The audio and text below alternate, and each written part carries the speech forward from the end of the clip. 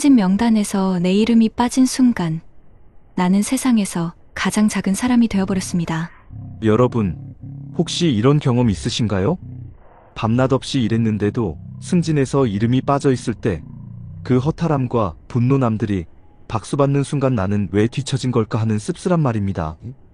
최근 대한민국 직장인 조사에서도 50대 남성의 절반 이상이 공든 노력이 인정받지 못했다는 좌절을 겪었다고 합니다. 그런데 이 문제는 단순히 직장에서의 실패가 아니라 가족의 삶과 자존감까지 흔들리게 만듭니다. 특히 우리 세대 40대, 50대, 60대에게 승진, 실패는 단순한 일이 아닙니다. 곧장 해고의 불안, 경제적 압박, 그리고 건강마저 위협하는 무거운 그림자로 다가오기 때문이죠. 하지만 반대로 이 시기를 어떻게 이겨내느냐에 따라 인생의 다음 장이 달라집니다. 오늘은 승진에서 탈락한 아들에게 건네는 아버지의 편지를 통해 우리가 놓치지 말아야 할 삶의 지혜를 함께 나누고자 합니다. 끝까지 함께 해주시면 지금의 상처를 새로운 출발점으로 바꾸는 길을 분명히 찾으실 수 있을 겁니다. 본격적인 영상 시작 전에 구독과 좋아요는 영상 제작에 정말로 큰 힘이 됩니다. 책상 위에 흰 봉투가 놓여 있었다. 아들에게라고 또박또박 적힌 글자. 박성호는 저녁밥을 시켜둔 채 회사에서 돌아온 아들 민재의 어깨가 축 늘어진 것을 보고도 아무 말 하지 못했다. 2025년 봄, 물가도 대출이자도 버겁고 병원비 영수증은 늘 두툼해지는 때 그의 집 거실에는 오래된 선풍기 바람과 씁쓸한 한숨만 맴돌았다. 성우는 중소기업 영업팀 부장으로 정년을 채우고 몇 해 전 퇴직했다. 자랑할 경력은 많지 않았다. 매출이 오르던 해보다 버티던 해가 더 많았고 명함에 새겨진 직함보다 고객에게 먼저 안부를 묻던 습관이 몸에 밴 사람. 그가 오늘 밤 꺼낸 건 회식 자리에서 배우지 못한 말들이었다. 버티는 법과 스스로를 잃지 않는 버프, 그리고 내가 승진해서 미끄러졌다고. 내 인생이 미끄러진 건 아니라는 말. 봉투 속 편지는 그렇게 시작됐다. 사연 도입 민재는 수도권 제조업체의 품질관리 파트에서 잔업을 달고 살았다. 주말마다 공장 라인을 돌며 불량률 보고서를 고쳤고 상사에게는 현장 정리도 실력이라는 말을 배우며 묵묵히 치웠다.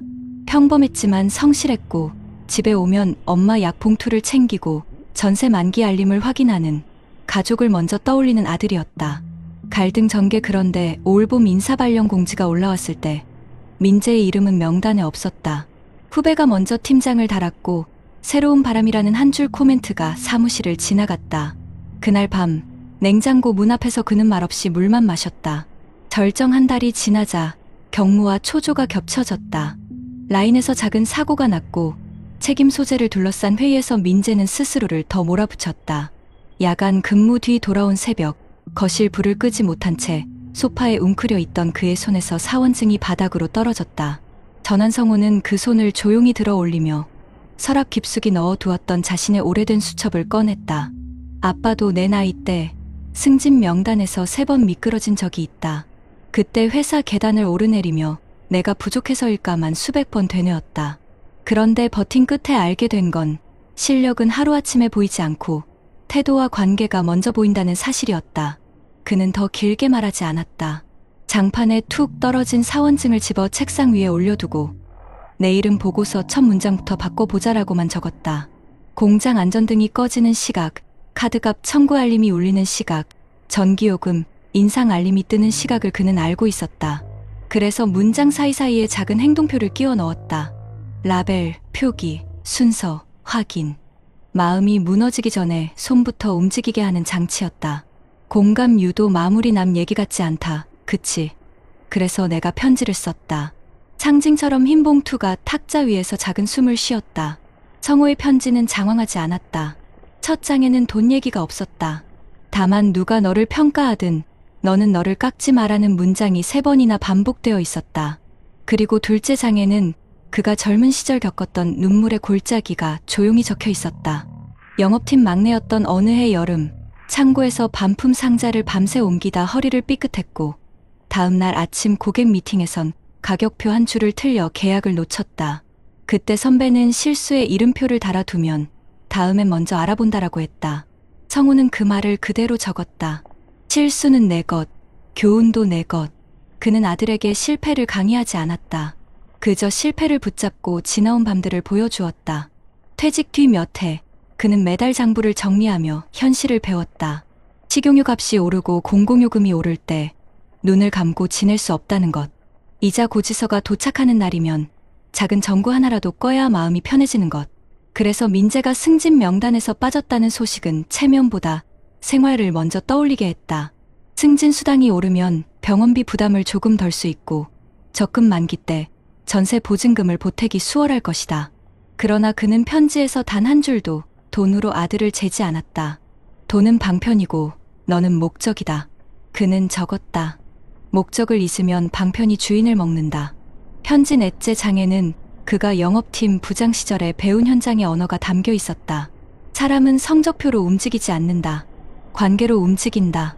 민재가 후배에게 자리를 내준 건 능력이 없어서만은 아닐 수 있다는 불편하지만 현실적인 문장도 있었다. 일은 숫자로 보이지만 기회는 사람의 입으로 온다. 그래서 그는 아들에게 3가지만 부탁했다. 첫째, 말 없는 인사를 그만둘 것. 둘째, 고쳐야 할 것을 먼저 고치고 고칠 수 없는 것은 묻어두는 순서를 배울 것. 셋째, 라인에서 사고가 나면 책임 대신 절차를 먼저 확인할 것.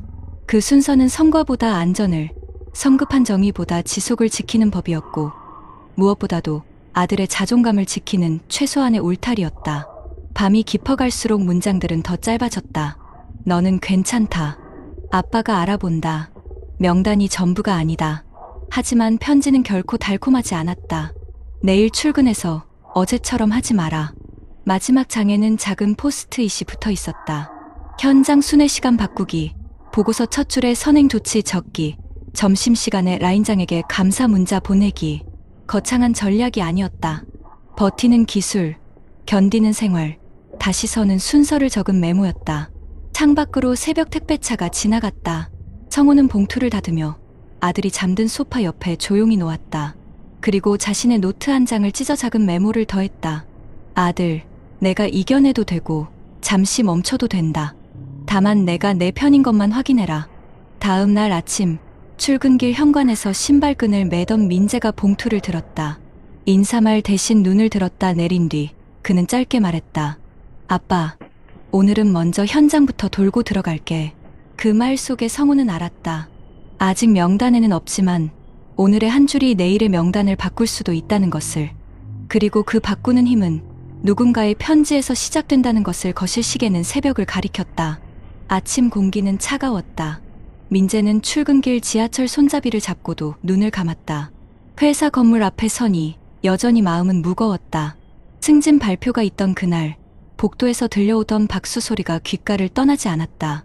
민재 씨도 열심히 했는데 이번엔 아쉽네요. 선배의 말은 위로 같았지만 실제로는 너는 부족했다라는 선언처럼 들렸다. 그때부터였다.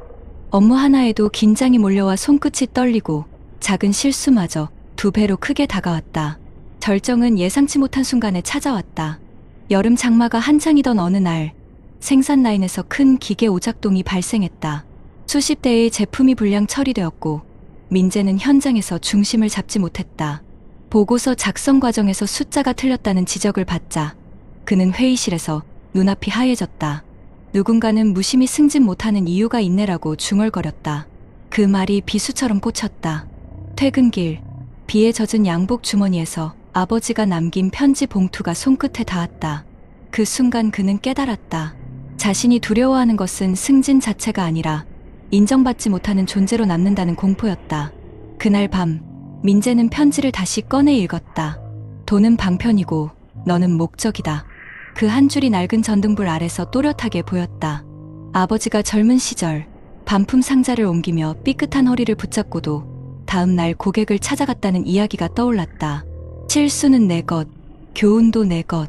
그 말은 패배의 낙인이 아니라 살아가는 기술이라는 걸 처음 이해했다. 전환의 순간은 그 다음 주에 찾아왔다.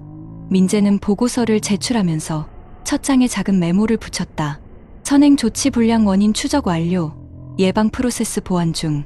이전에는 단순한 결과 보고서였지만 이번에는 과정과 개선을 담았다.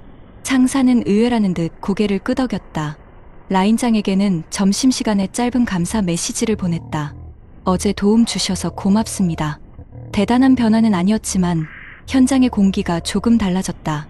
누군가 그에게 이번에는 잘했네라고 말했다. 그 짧은 문장이 그의 숨을 틔웠다. 그는 더 이상 승진 탈락을 끝으로 보지 않았다. 오히려 이 시간이 내 자존심을 다시 세우는 훈련이라고 받아들이기 시작했다. 아버지가 편지에서 적었던 말처럼 명단이 전부가 아니다라는 사실을 확인했기 때문이다. 물론 현실은 여전히 팍팍했다. 기름값은 오르고 회사 식당 밥값도 올랐다. 하지만 그는 작은 메모 습관을 이어갔다. 라벨, 표기, 순서, 확인. 눈앞에 일을 붙잡아 두는 그 습관이 하루를 버티는 힘이 되었다. 시간은 조금씩 민재의 편이 되어 주었다. 2달 뒤, 그는 작은 프로젝트의 책임자로 발탁되었다. 정식 승진은 아니었지만 동료들과 의견을 조율하고 보고서를 대표로 발표하는 자리는 그에게 새로운 자존감을 심어주었다. 발표를 마친 뒤 박수 속에서 그는 무심코 다시 아버지의 봉투를 떠올렸다. 그 안에는 여전히 같은 문장들이 있었다. 너는 괜찮다. 아빠가 알아본다. 이제 민재는 아버지의 편지를 단순한 위로가 아니라 하나의 지침으로 읽는다. 실패는 내 것이지만 교훈도 내 것이다. 그 말이 그를 일으켜 세운 것이다. 그리고 그 편지를 건넨 아버지 역시 정년 후 퇴직금을 생활비와 대출 상환으로 거의 다 써버리면서도 꺾이지 않고 하루하루를 살아낸 증인이었다. 중소기업 영업팀 부장으로 화려한 성과는 없었지만 끝까지 버티며 회사를 지킨 아버지의 인생이 그 편지 한 장에 고스란히 담겨 있었다. 여러분, 이 이야기가 남 얘기 같으신가요? 사실 지금도 수많은 직장인들이 같은 고민 속에 살아가고 있습니다.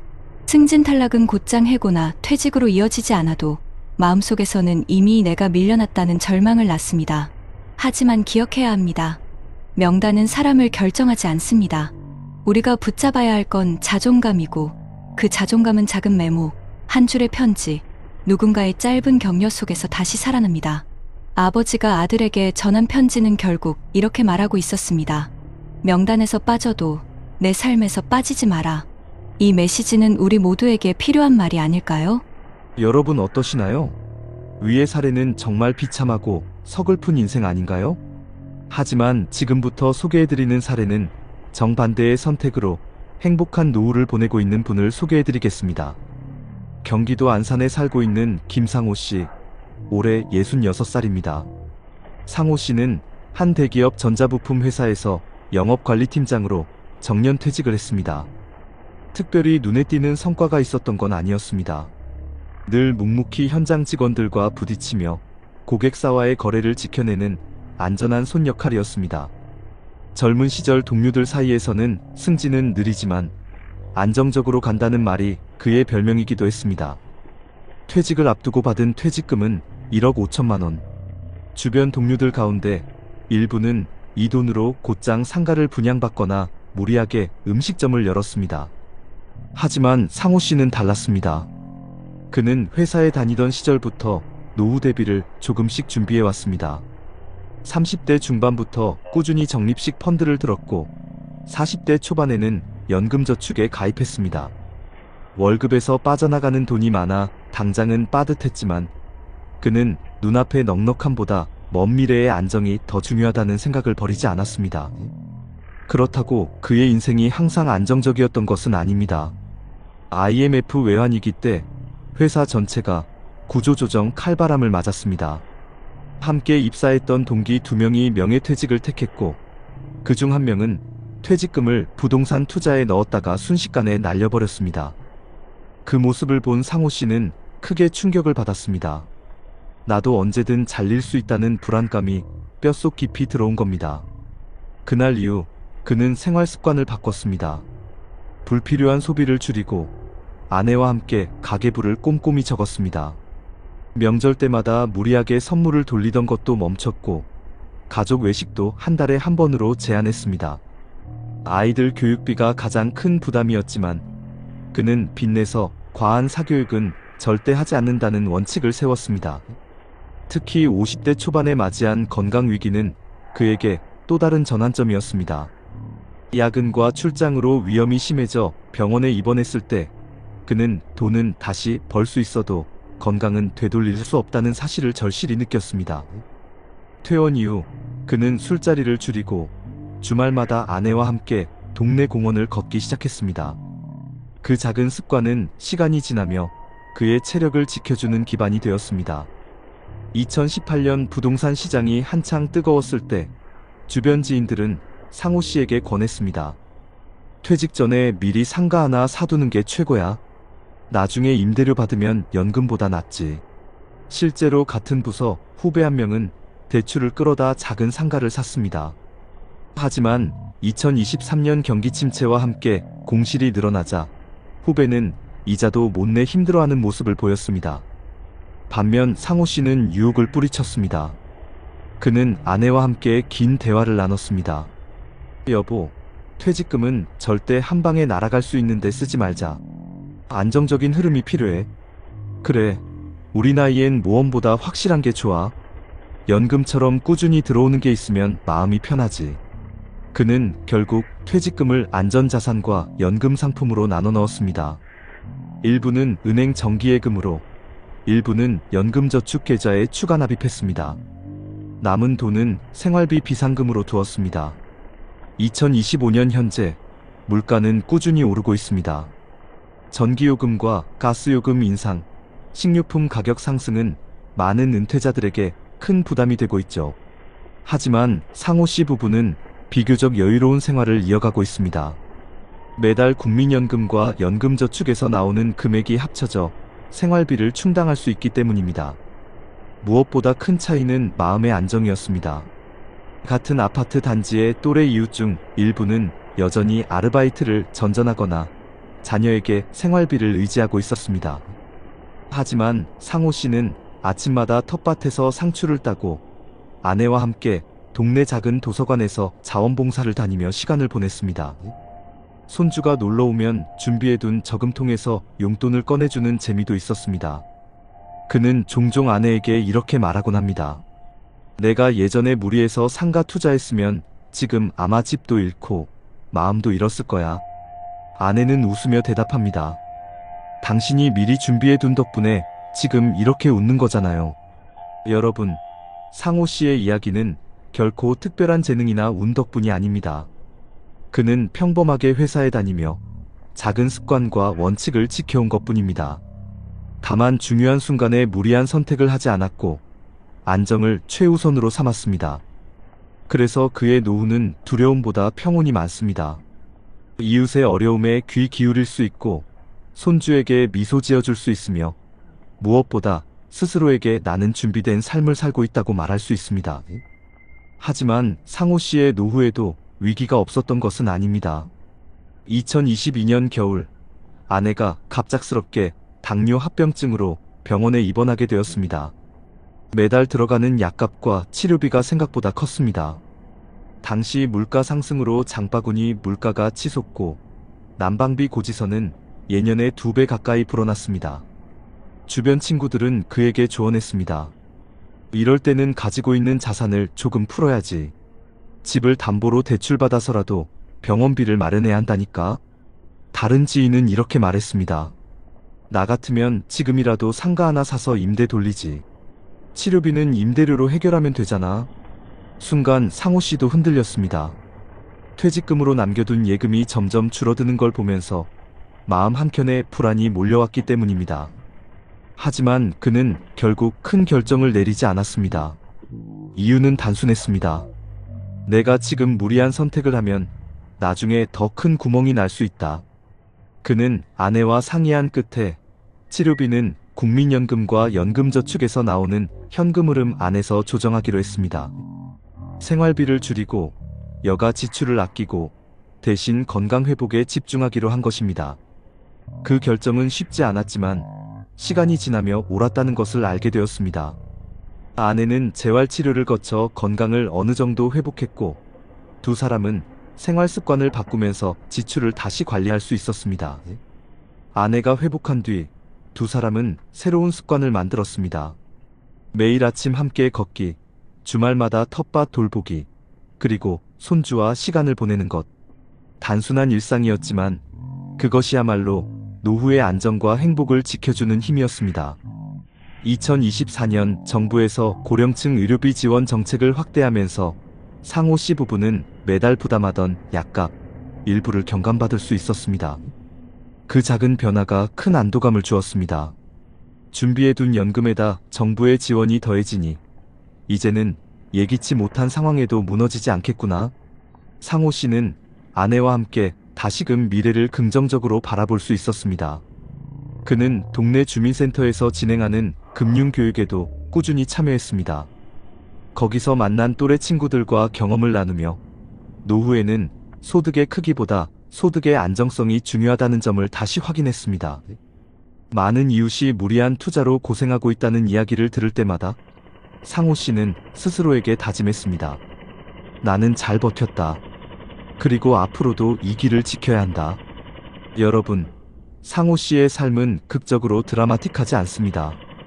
그저 평범한 직장인으로 살다가 조금 일찍부터 노후 준비를 시작했고 무리하지 않았을 뿐입니다. 하지만 그 차이가 노후의 무게를 완전히 달라지게 만들었습니다. 지금도 많은 사람들이 비슷한 갈림길에 서 있습니다. 퇴직금을 어디에 써야 할지 고민하고 눈앞의 이익에 흔들리며 불안 속에서 결정을 내립니다. 하지만 상호 씨의 이야기가 보여주듯 안정과 준비를 선택한 사람에게는 위기가 와도 다시 설 수 있는 힘이 있습니다. 그는 손주가 놀러 올 때마다 이런 말을 자주 합니다. 할아버지가 젊었을 때 한 번의 유혹에 흔들렸다면 너에게 줄 용돈도 웃음도 없었을 거야.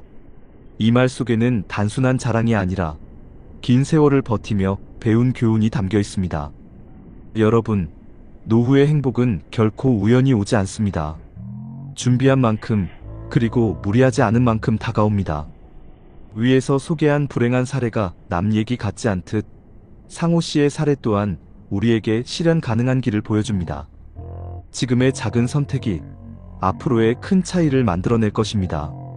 여러분, 먼저 한국의 현실부터 다시 확인해 봐야겠어요. 한국 고령자의 상대적 빈곤율은 OECD 국가 중에서도 가장 높은 수준입니다. 실제로 2018년 기준으로 기준 중위소득의 절반 이하로 사는 65세 이상 인구 비율이 40%를 넘었고 2021년에는 37.7%까지 조금 낮아졌지만 여전히 OECD 평균 약 13%의 3배에 달합니다. 게다가 소득뿐 아니라 자산과 소비를 포함해보면 빈곤의 정도는 여전히 심각한 수준이며 특히 1950년 이전 출생한 고령층에서 더 높게 나타난다고 합니다. 연금 체계도 충분한 보호를 제공하지 못하고 있다는 것이 현실입니다. 기본연금은 2021년 기준 최대 30만원 수준이었는데 이는 노후 생활비의 아주 일부만을 채워줄 뿐입니다. 위키백과 그리고 한국의 공공사회복지 지출은 GDP 대비 약 12.3%에 불과한데 이는 OECD 평균 20.1%의 60% 수준밖에 안 되가 노인을 위한 복지연금 지출로 넉넉하다고 보기 어렵죠. 인구 구조도 빠르게 변하고 있습니다. 2022년 기준으로 65세 이상 인구 비율이 14%를 넘어 이미 고령사회로 진입했으며 2045년에는 세계에서 가장 빠르게 초고령 사회로 진입할 것으로 예상됩니다. 2067년에는 고령층이 전체 인구의 46.5%를 넘어설 전망이에요. 한편 국민연금, 기금의 지속 가능성도 도전받고 있습니다. 최근 국회는 국민연금 보험료율을 현행 9%에서 향후 8년간 점진적으로 13%까지 인상하고 2026년까지 소득 대체율을 41.5%에서 43%로 높이는 개혁을 통과시켰습니다. 이는 공적연금 기금의 고갈 시점을 15년 정도 늦춰 2071년까지 연장하겠다는 계획입니다. 또한 한국의 피크임금 시스템 즉 56세 이후 임금을 연차별로 줄이다가 정년퇴직을 맞이하도록 설계된 구조는 고령층의 소득을 크게 줄이는 문제로 지적받고 있습니다. 60세 이상 노동자 중 약 70%가 불안정 고용 상태에 있고 65세 이상 고령자의 약 38%는 빈곤선 이하 소득으로 살아간다는 통계도 있습니다. 한편 국외를 살펴보면 세계은행이나 OECD에서도 한국의 노후소득 보장 체계가 취약하다고 평가받고 있으며 급속한 고령화와 낮은 복지 지출이 결합되어 노인 빈곤 문제를 악화시키고 있다는 분석이 많습니다. 구체적 논문명은 언급하지 않습니다. 이러한 자료들은 위 사례처럼 꼼꼼히 준비하고 안정적 자산연금 기반을 갖춘 분이 얼마나 드물고 또 중요하게 여겨지는지를 보여주는 강력한 배경이 됩니다.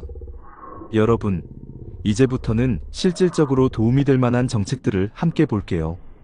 먼저 대한민국 정부는 2025년 노인에게 가능한 일자리를 110만 개 만들고 기본연금과 장애연금을 2.3% 인상하기로 했습니다. 그리고 서울시에서는 2040년까지 최대 225곳의 실버케어 센터를 짓는 계획으로 고령층의 복지 서비스 접근성을 높이려고 노력하고 있습니다. 더불어 2025년 1월에는 시니어 고용지원센터가 문을 열어 60세 이상 고령자에게 적합한 민간 일자리를 연결하고 맞춤형 직무 교육을 제공하게 되었습니다. 이처럼 한국에서는 단순 연금만이 아니라 실제 일할 수 있는 기회와 지역 기반 돌봄 인프라를 확충하는 쪽으로 정책을 짜고 있어요. 또한 치매나 장기요양 같은 문제도 관심의 대상이 되고 있는데요. 한국은 이미 장기요양보험 제도를 통해 65세 이상이나 만성질환자에게 요양 서비스를 제공하고 있으며 이를 통해 병원 의존을 줄이고 지역 중심 돌봄을 강화하려는 정책적 기반을 마련해놨습니다. 여기에 더해 최근에는 치매 돌봄 체계를 건강보험과 연계해 구축해 나가며 지역사회 내 안전망을 강화하고 있습니다. 해외 사례를 보면 일본은 2000년부터 노인 장기요양보험 제도록 마이너스 텀 케어 인슈런스를 도입해서 공라이프 케어부터 예방, 주거복지까지 지역 기반 통합 서비스를 제공해 왔습니다. 특히 2015년에는 고위험 대상 중심 방식에서 커뮤니티 기반 예방 중심으로 전략을 전환해 이코이노사로나 KUINO 설랑 같은 커뮤니티 공간을 활용하는 방식도 강화했죠. 또 일본은 후레아이 키프 FUREAI KIPPU라는 시간에 기반한 지역 통화 시스템을 통해 고령자를 돕는 행위에 일정 시간을 적립하고 그걸 나중에 본인이 돌봄이 필요할 때 사용하거나 가족에게 이전하는 상호부조 기반 프로그램도 도입했습니다. 이 시스템은 단순 복지가 아니라 연대와 신뢰의 구조를 만드는 방식으로 우리도 참고할 만한 아이디어입니다. 정리하자면 국내에서는 일자리 확대, 장기요양보험의 확대, 그리고 치매 지역 돌봄 연계 강화가 핵심입니다. 지자체별로 실버케어 센터, 시니어 고용센터 같은 공간과 지원망을 확대하고 있어요. 해외, 특히 일본 사례에서는 지역 기반 예방 돌봄, 상호부조 시스템, 통합 커뮤니티 케어라는 접근이 매우 유효합니다. 여기서 중요한 건 이 정책들을 내 삶의 도구로 실제 활용하는 것입니다. 예를 들어 주민센터나 복지센터의 장기요양급여 절차를 문의해보거나 시니어, 일자리 정보를 꼼꼼히 챙기고 동네 커뮤니티 활동에 참여해 후레아의 키프 같은 상호지원 네트워크를 만들어보는 것도 좋습니다. 그리고 무조건 장기 투자나 고위험 투자 전에 이런 제도적 안전망을 먼저 챙기는 것이 진짜 노후 안정을 지키는 길이니까요. 한 장의 편지는 때로는 무너진 마음을 일으켜 세우고 또 한 장의 저금통은 미래를 환하게 밝혀주는 등불이 된다. 쓰러진 이름표를 붙잡고 울던 이도 있었고 작은 습관을 지켜내며 웃음을 남긴 이도 있었다.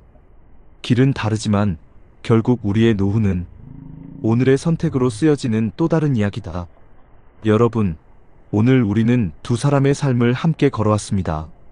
승진에서 탈락하고 자신감을 잃어 매일이 두려움이었던 한 남자의 이야기. 그리고 무리하지 않고 한 발짝씩 준비하며 평온한 노후를 맞이한 또 다른 남자의 이야기. 한 사람은 명단에서 이름이 빠진 순간 세상에서 가장 작은 존재가 되었고 다른 한 사람은 이름표보다 자신을 먼저 믿으며 삶을 지켜냈습니다. 한 사람은 현실의 벽 앞에서 버티기조차 힘들어 눈물로 밤을 치새웠지만 다른 한 사람은 작은 습관과 원칙을 지켜내며 손주에게 미소를 건넬 수 있었습니다. 여러분, 우리의 인생은 이 두 길 어디쯤에 놓여 있지 않을까요? 누구도 실패를 피할 수 없고 누구도 불안을 모른 척할 수는 없습니다.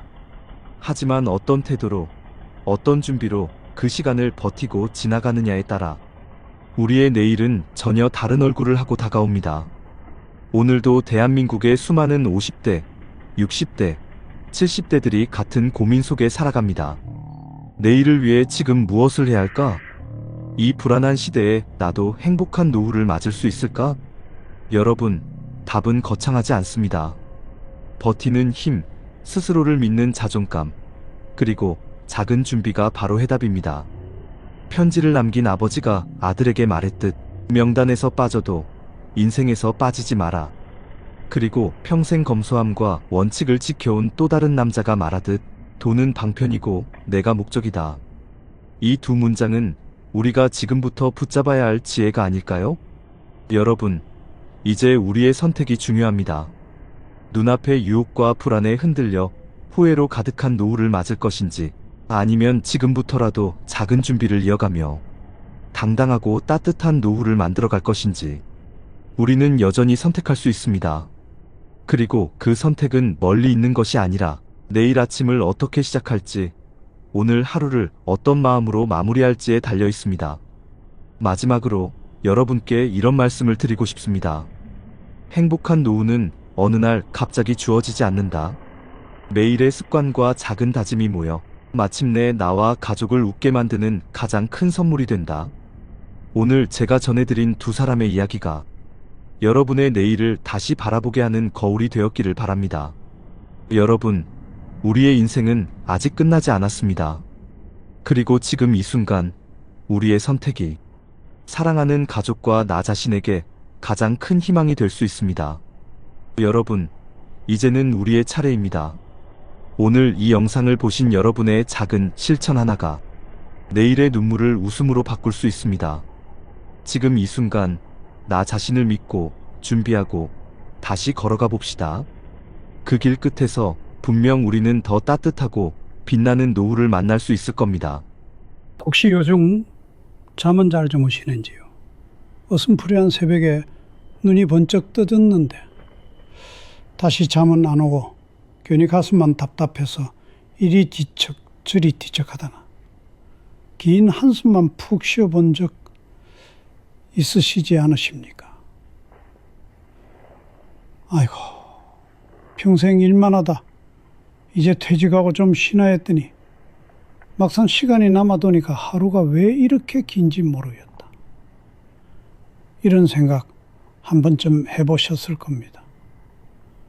평생 자식들 먹여 살리느라, 회사 일 하느라 새벽같이 일어나 밤늦게까지 달려오셨죠. 그런데 막상 모든 짐을 내려놓으니 마음이 편안해지는 게 아니라 덜컥 급부tum합니다. 최근 조사에 따르면 60 넘은 분들 2분 중 1분은 사는 게 재미없다고 느낀다고 합니다. 돈보다 더 무서운 건 의미 없는 하루입니다. 텅 빈 시간 앞에서 속절없이 작아지는 내 모습, 그 허전함을 채우려 술에 의지하거나 스마트폰 속 세상에 숨어드는 분들도 많습니다. 하지만 똑같은 하루를 살아도 어떤 분들은 놀랍도록 단단하게 살아가십니다. 그분들은 이렇게 말씀하시죠. 별거 아니요. 그냥 아침에 일어나 할 일을 정해놓는 거. 그 규칙적인 습관이 나를 다시 살렸지. 지금부터 돈 한 푼 안 들이고 내 삶을 다시 짱짱하게 일으켜 세우는 그 놀라운 비밀을 알려드리겠습니다. 제가 그 억울한 사연을 말씀드릴 테니 제발 끝까지 들어주세요. 서울 도곡동의 오래된 아파트. 창문 틈으로 들어온 겨울 햇살이 낡은 손목시계 위에 비쳤다. 분침은 여전히 규칙적으로 돌고 있었지만 그 시계를 차고 있는 남자, 이도현의 삶은 그 리듬을 잃은 지 오래였다. 그는 30년 넘게 한 대기업에 몸담아왔다. 수많은 프로젝트를 이끌고 해외 출장을 밥 먹듯 다니며 늘 성과로 평가받던 사람이었다. 그런 그가 작년 겨울 정년퇴직을 맞았다. 보상은 충분했다. 퇴직금 1억 6천만 원. 사람들은 그에게 이제부터 진짜 인생이 시작이야. 여유롭게 여행도 다녀요라며 축하했다. 하지만 정작 그는 그날 이후 단 한 번도 숙면을 취하지 못했다. 퇴직 첫 주 월요일, 아내 박정희가 물었다. 여보, 내일부터 뭐 하실 거예요? 그는 멋쩍게 웃으며 일단 좀 쉬자고 한 2주 정도만 일하고 답했다. 하지만 그 2주는 한 달이 되고 석 달이 되어갔다. 그의 하루는 느리게 그러나 끝없이 흘러갔다. 아침 6시 반에 일어나 커피를 내리고 TV 뉴스를 본다. 점심 무렵에는 동네 카페를 한 바퀴 돌고 오후엔 TV 재방송을 본다. 이름 있는 대기업의 임원으로 수백 명을 지휘하던 사람이 이제는 편의점 아르바이트생이 건네는 영수증을 멍하니 바라보며 하루를 보낸다. 퇴직 석 달째 되던 날 그의 낡은 손목시계가 멈췄다. 건전지가 다 된 것이었다. 그는 시계를 들고 한참 바라보다가 교체도 하지 않고 서랍 속에 넣었다. 이제 맞출 시간도 없는데 뭐하러. 그 말은 자신에게 던지는 듯한 한숨이었다. 그날 저녁 아내가 조심스레 말을 꺼냈다. 여보, 우리 문화센터에서 수묵화 강좌 있대요. 같이 들어보실래요? 그는 피식 웃으며 말했다. 내가 그런 걸 배워서 뭐해. 난 예술이랑은 담쌓은 사람이야. 그 한마디에 공기는 무겁게 가라앉았다. 이도현의 세상은 점점 작아졌다. 휴대폰 연락처에는 300명이 넘는 이름이 있었지만 그에게 전화를 걸어오는 사람은 없었다. 그가 먼저 걸어도 대부분 요즘 바빠요라는 대답이 돌아왔다. 퇴직 후의 인간관계는 생각보다 더 빠르게 사라졌다. 하루는 친구 정만수에게 전화를 걸었다. 요즘 뭐하고 지내냐? 나? 택시 몰고 다녀. 아침에 나가면 그래도 기분이 달라져. 손님 만나서 얘기하고 도로 위에 있으면 덜 답답하거든. 그 말이 묘하게 가슴에 남았다. 하지만 그는 여전히 웃으며 말했다. 나는 운전은 질려. 회사 다닐 때 기사님이 평생 옆에 있었는데 뭘. 그날 밤 그는 TV 앞에 앉아 있었다. 예능, 뉴스, 주식 방송이 번갈아 나오고 그중 자막 하나가 시선을 끌었다. 은퇴 후 창업으로 제2의 인생을 연 60대 남성. 그래, 나도 저렇게 할 수 있겠지. 그 순간 그동안 눌러왔던 자존심이 다시 꿈틀거렸다. 다음날 그는 은행으로 향했다. 퇴직금의 절반인 8천만 원을 꺼내 소형 헬스기구 온라인 유통사업을 시작했다. 처음엔 설렘이 있었다. 이 나이에 내 이름으로 사업자 등록증을 내본다는 게 기분 좋네. 하지만 현실은 냉정했다. 첫 달 매출은 20만 원, 둘째 달엔 0원, 그리고 셋째 달 임대료와 물류비만 250만 원이 나갔다. 전화벨이 울리면 대부분 광고대 행사였다. 사장님, 마케팅 한번 맡겨보시죠. 성공 사례 많습니다. 그는 점점 전화를 받지 않았다. 사무실에 불을 끄고 나올 때마다 마치 자신이 점점 어두워지는 사람처럼 느껴졌다. 그날 밤 식탁 위에는 미지근하게 식은 찌개가 놓여 있었다. 아내가 조심스레 물었다. 사업은 좀 어때요? 그는 젓가락을 내려놓고 낮게 말했다. 이 나이에 무슨 사업을 한다고 나섰는지 모르겠어. 아내는 아무 말도 하지 않았다. 그 침묵 속에서 그는 더욱 작아지는 기분이 들었다. 다음 날 새벽 그는 출근하듯 양복을 입고 나섰다. 책상 위에는 멈춘 손목시계가 여전히 놓여 있었다. 그는 그 시계를 다시 찾다. 그래, 오늘은 그냥 나가보자. 하지만 향한 곳은 사무실이 아니라 동네 공원이었다. 벤치에 앉아 시계를 바라보던 그에게 옆자리에 앉은 노인이 말을 걸었다. 젊은 양반, 시계 멈췄나? 예, 건전지가 다 됐네요. 그럼 갈아야지. 세상에 멈춘 시계만큼 쓸모없는 게 어디 있어. 그 말이 마음에 박혔다. 집에 돌아온 그는 시계를 열고 새 건전지를 끼웠다. 딸깍, 분침이 다시 움직였다. 그 순간 그는 알았다. 문제는 시계가 아니라 자신이었다. 그날 밤 그는 낡은 노트북을 켜고 검색창에 이렇게 쳤다. 은퇴 후 루틴 만들기. 수백 개의 영상이 쏟아졌고 그 중 한 영상의 제목이 유독 눈에 들어왔다.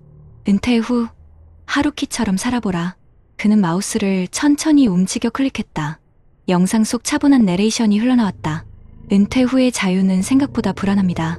그럴 때 필요한 건 새로운 목표가 아니라 새로운 리듬입니다. 그는 한참 동안 화면을 바라보았다. 마치 누군가 자신의 속마음을 읽는 듯했다. 영상이 끝나자 그는 창문을 열고 찬 공기를 들이켰다. 그리고 중얼거렸다. 그래, 나한테도 다시 리듬이 필요하구나. 그날 이후 이도현은 새벽마다 눈을 떴다. 예전처럼 불면에 시달려 깬 게 아니었다. 이상하게도 그 영상의 목소리가 귓가에 남았다. 하루의 리듬을 되찾으세요. 새벽 5시. 아직 어둠이 채 거치지 않은 거실에서 그는 커피를 내렸다. 뜨거운 김이 올라오는 머그잔을 두 손으로 감싸며 그는 오랜만에 시작이라는 단어를 떠올렸다. 예전엔 사람들을 지휘하느라 늘 분주했지만 지금은 오롯이 혼자였다. 그런데 그 고요가 나쁘지 않았다. 컴퓨터를 켜고 메모장을 열었다. 오늘 해야 할 일 산책, 신문 읽기, 점심 직접 만들기. 단 3줄이었다. 하지만 그 짧은 목록이 그에겐 오랜만에 하루를 살아야 할 이유처럼 느껴졌다. 그날 아침 그는 운동화를 신었다. 30년 전 회사 체육대회 때 받았던 낡은 운동화였다. 겨울 바람이 차가웠지만 발걸음은 묘하게 가벼웠다. 공원길을 따라 천천히 걷다 보니 며칠 전 만난 그 노인이 벤치에 앉아 있었다.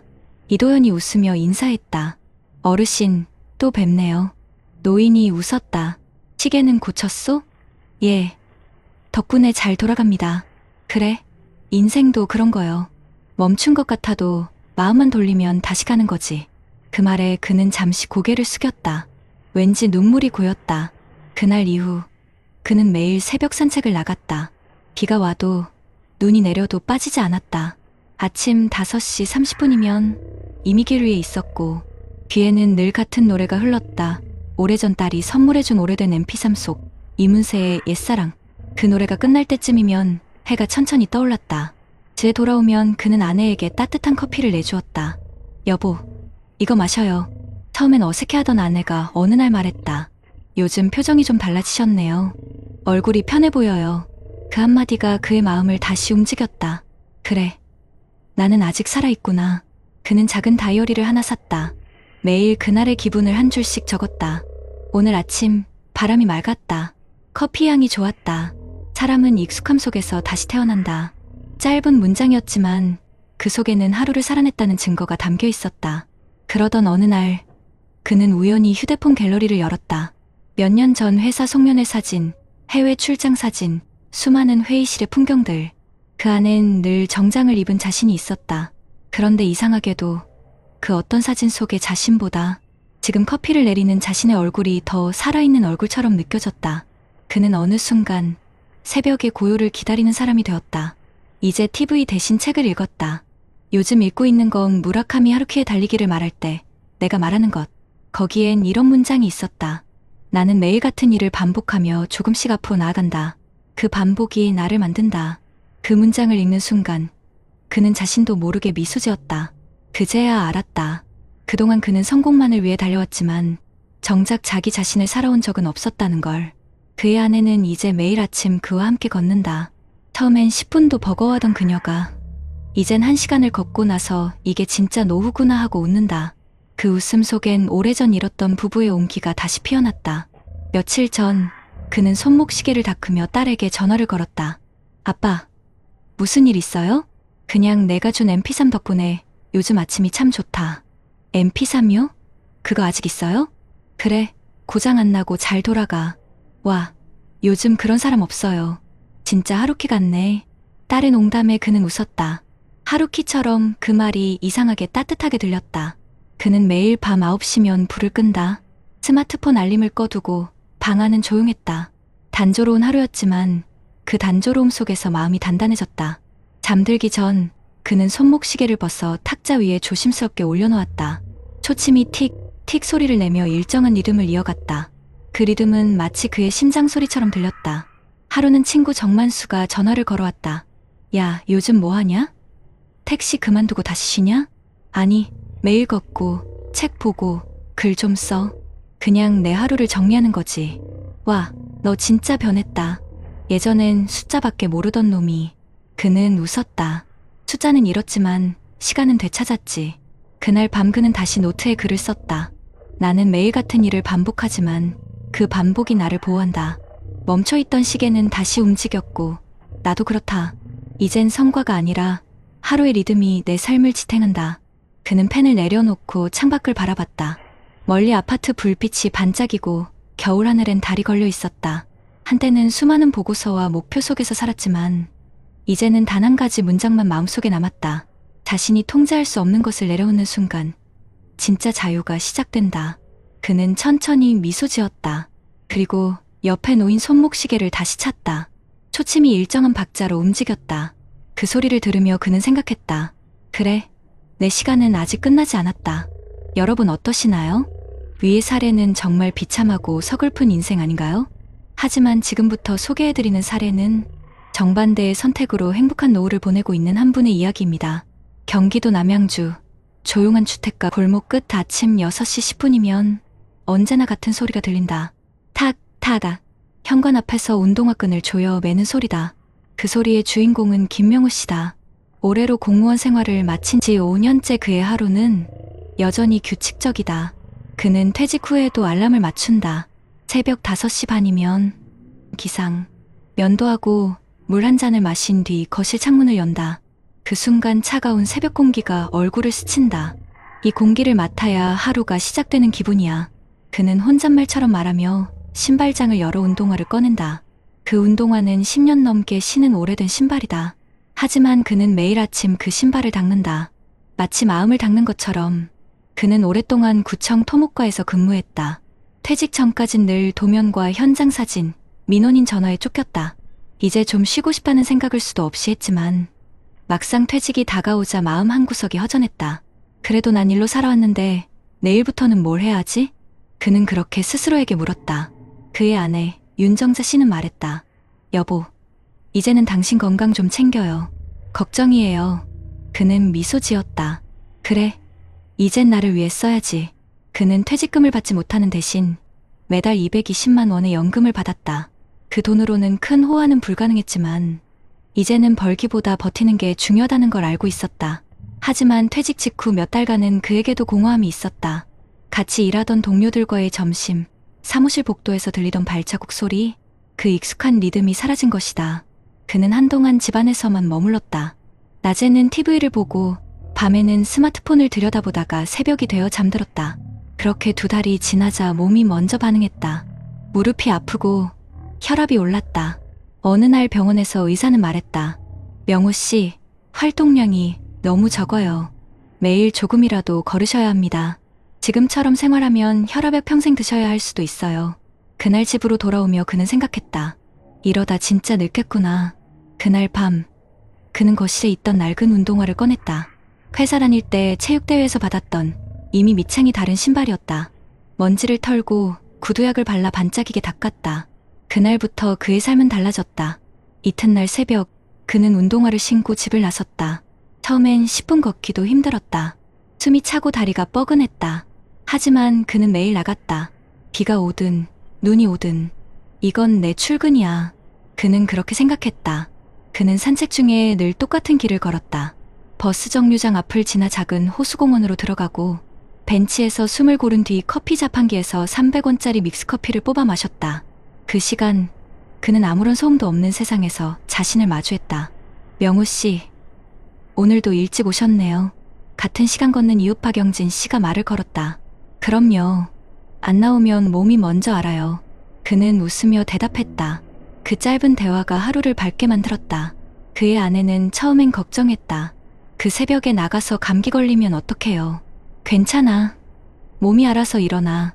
그는 늘 그렇게 말했다. 하지만 어느 날부터인가 아내도 함께 나왔다. 서로 말없이 걷다가 공원 벤치에 앉아 해가 뜨는 걸 보았다. 둘은 동시에 말했다. 이 시간이 참 좋다. 그러던 어느 날 동네에서 만난 후배가 말했다. 선배님, 요즘 뭐 하세요? 그냥 걷지. 그리고 마을 도서관에서 봉사 좀 하고. 와, 정말 부럽습니다. 저는 퇴직 후에 뭐 해야 할지 모르겠어요. 그는 웃으며 말했다. 뭘 해야 할지 모를 땐 그냥 몸을 움직이면 돼. 생각은 그 다음이야. 그는 지금도 매일 노트를 쓴다. 제목은 오늘의 루틴. 5시 30분 기상, 6시 산책, 8시 아침 식사, 10시 독서, 오후 봉사활동. 그는 이 일정을 5년째 이어오고 있다. 가끔은 지루하지 않으세요? 라는 질문을 받는다. 그럴 때마다 그는 조용히 대답한다. 지루한 게 아니라 단단한 거예요. 내 삶이 다시 흔들리지 않게 만들어주는 벽돌 같달까. 그의 방 책상 위에는 낡은 운동화가 가지런히 놓여 있다. 매일 닦고 매일 신는다. 그는 그 운동화를 나의 시계라고 부른다. 이 운동화 끈을 묶는 순간 내 하루가 시작돼요. 시간이 다시 흘러요. 그는 여전히 넉넉하지 않다. 물가가 오르고 연금은 빠듯하다. 하지만 그는 매일 같은 말을 되뇌인다. 돈보다 무서운 건 멈추는 거야. 움직이면 그게 인생이지. 김명호 씨의 하루는 단조로웠다. 하지만 그 단조로움 속에는 점점 따뜻한 리듬이 자리 잡았다. 그는 매일 아침 같은 시간에 공원 벤치에 앉아 해가 떠오르는 걸 지켜봤다. 햇살이 얼굴을 스칠 때마다 생각했다. 그래, 오늘도 잘 살아냈다. 그의 아내 윤정자 씨는 이제 그와 함께 걷는 게 일상이 되었다. 둘은 걸으며 그동안 하지 못했던 이야기를 나눴다. 여보, 당신 예전엔 늘 화가 나 있었던 거 알아요?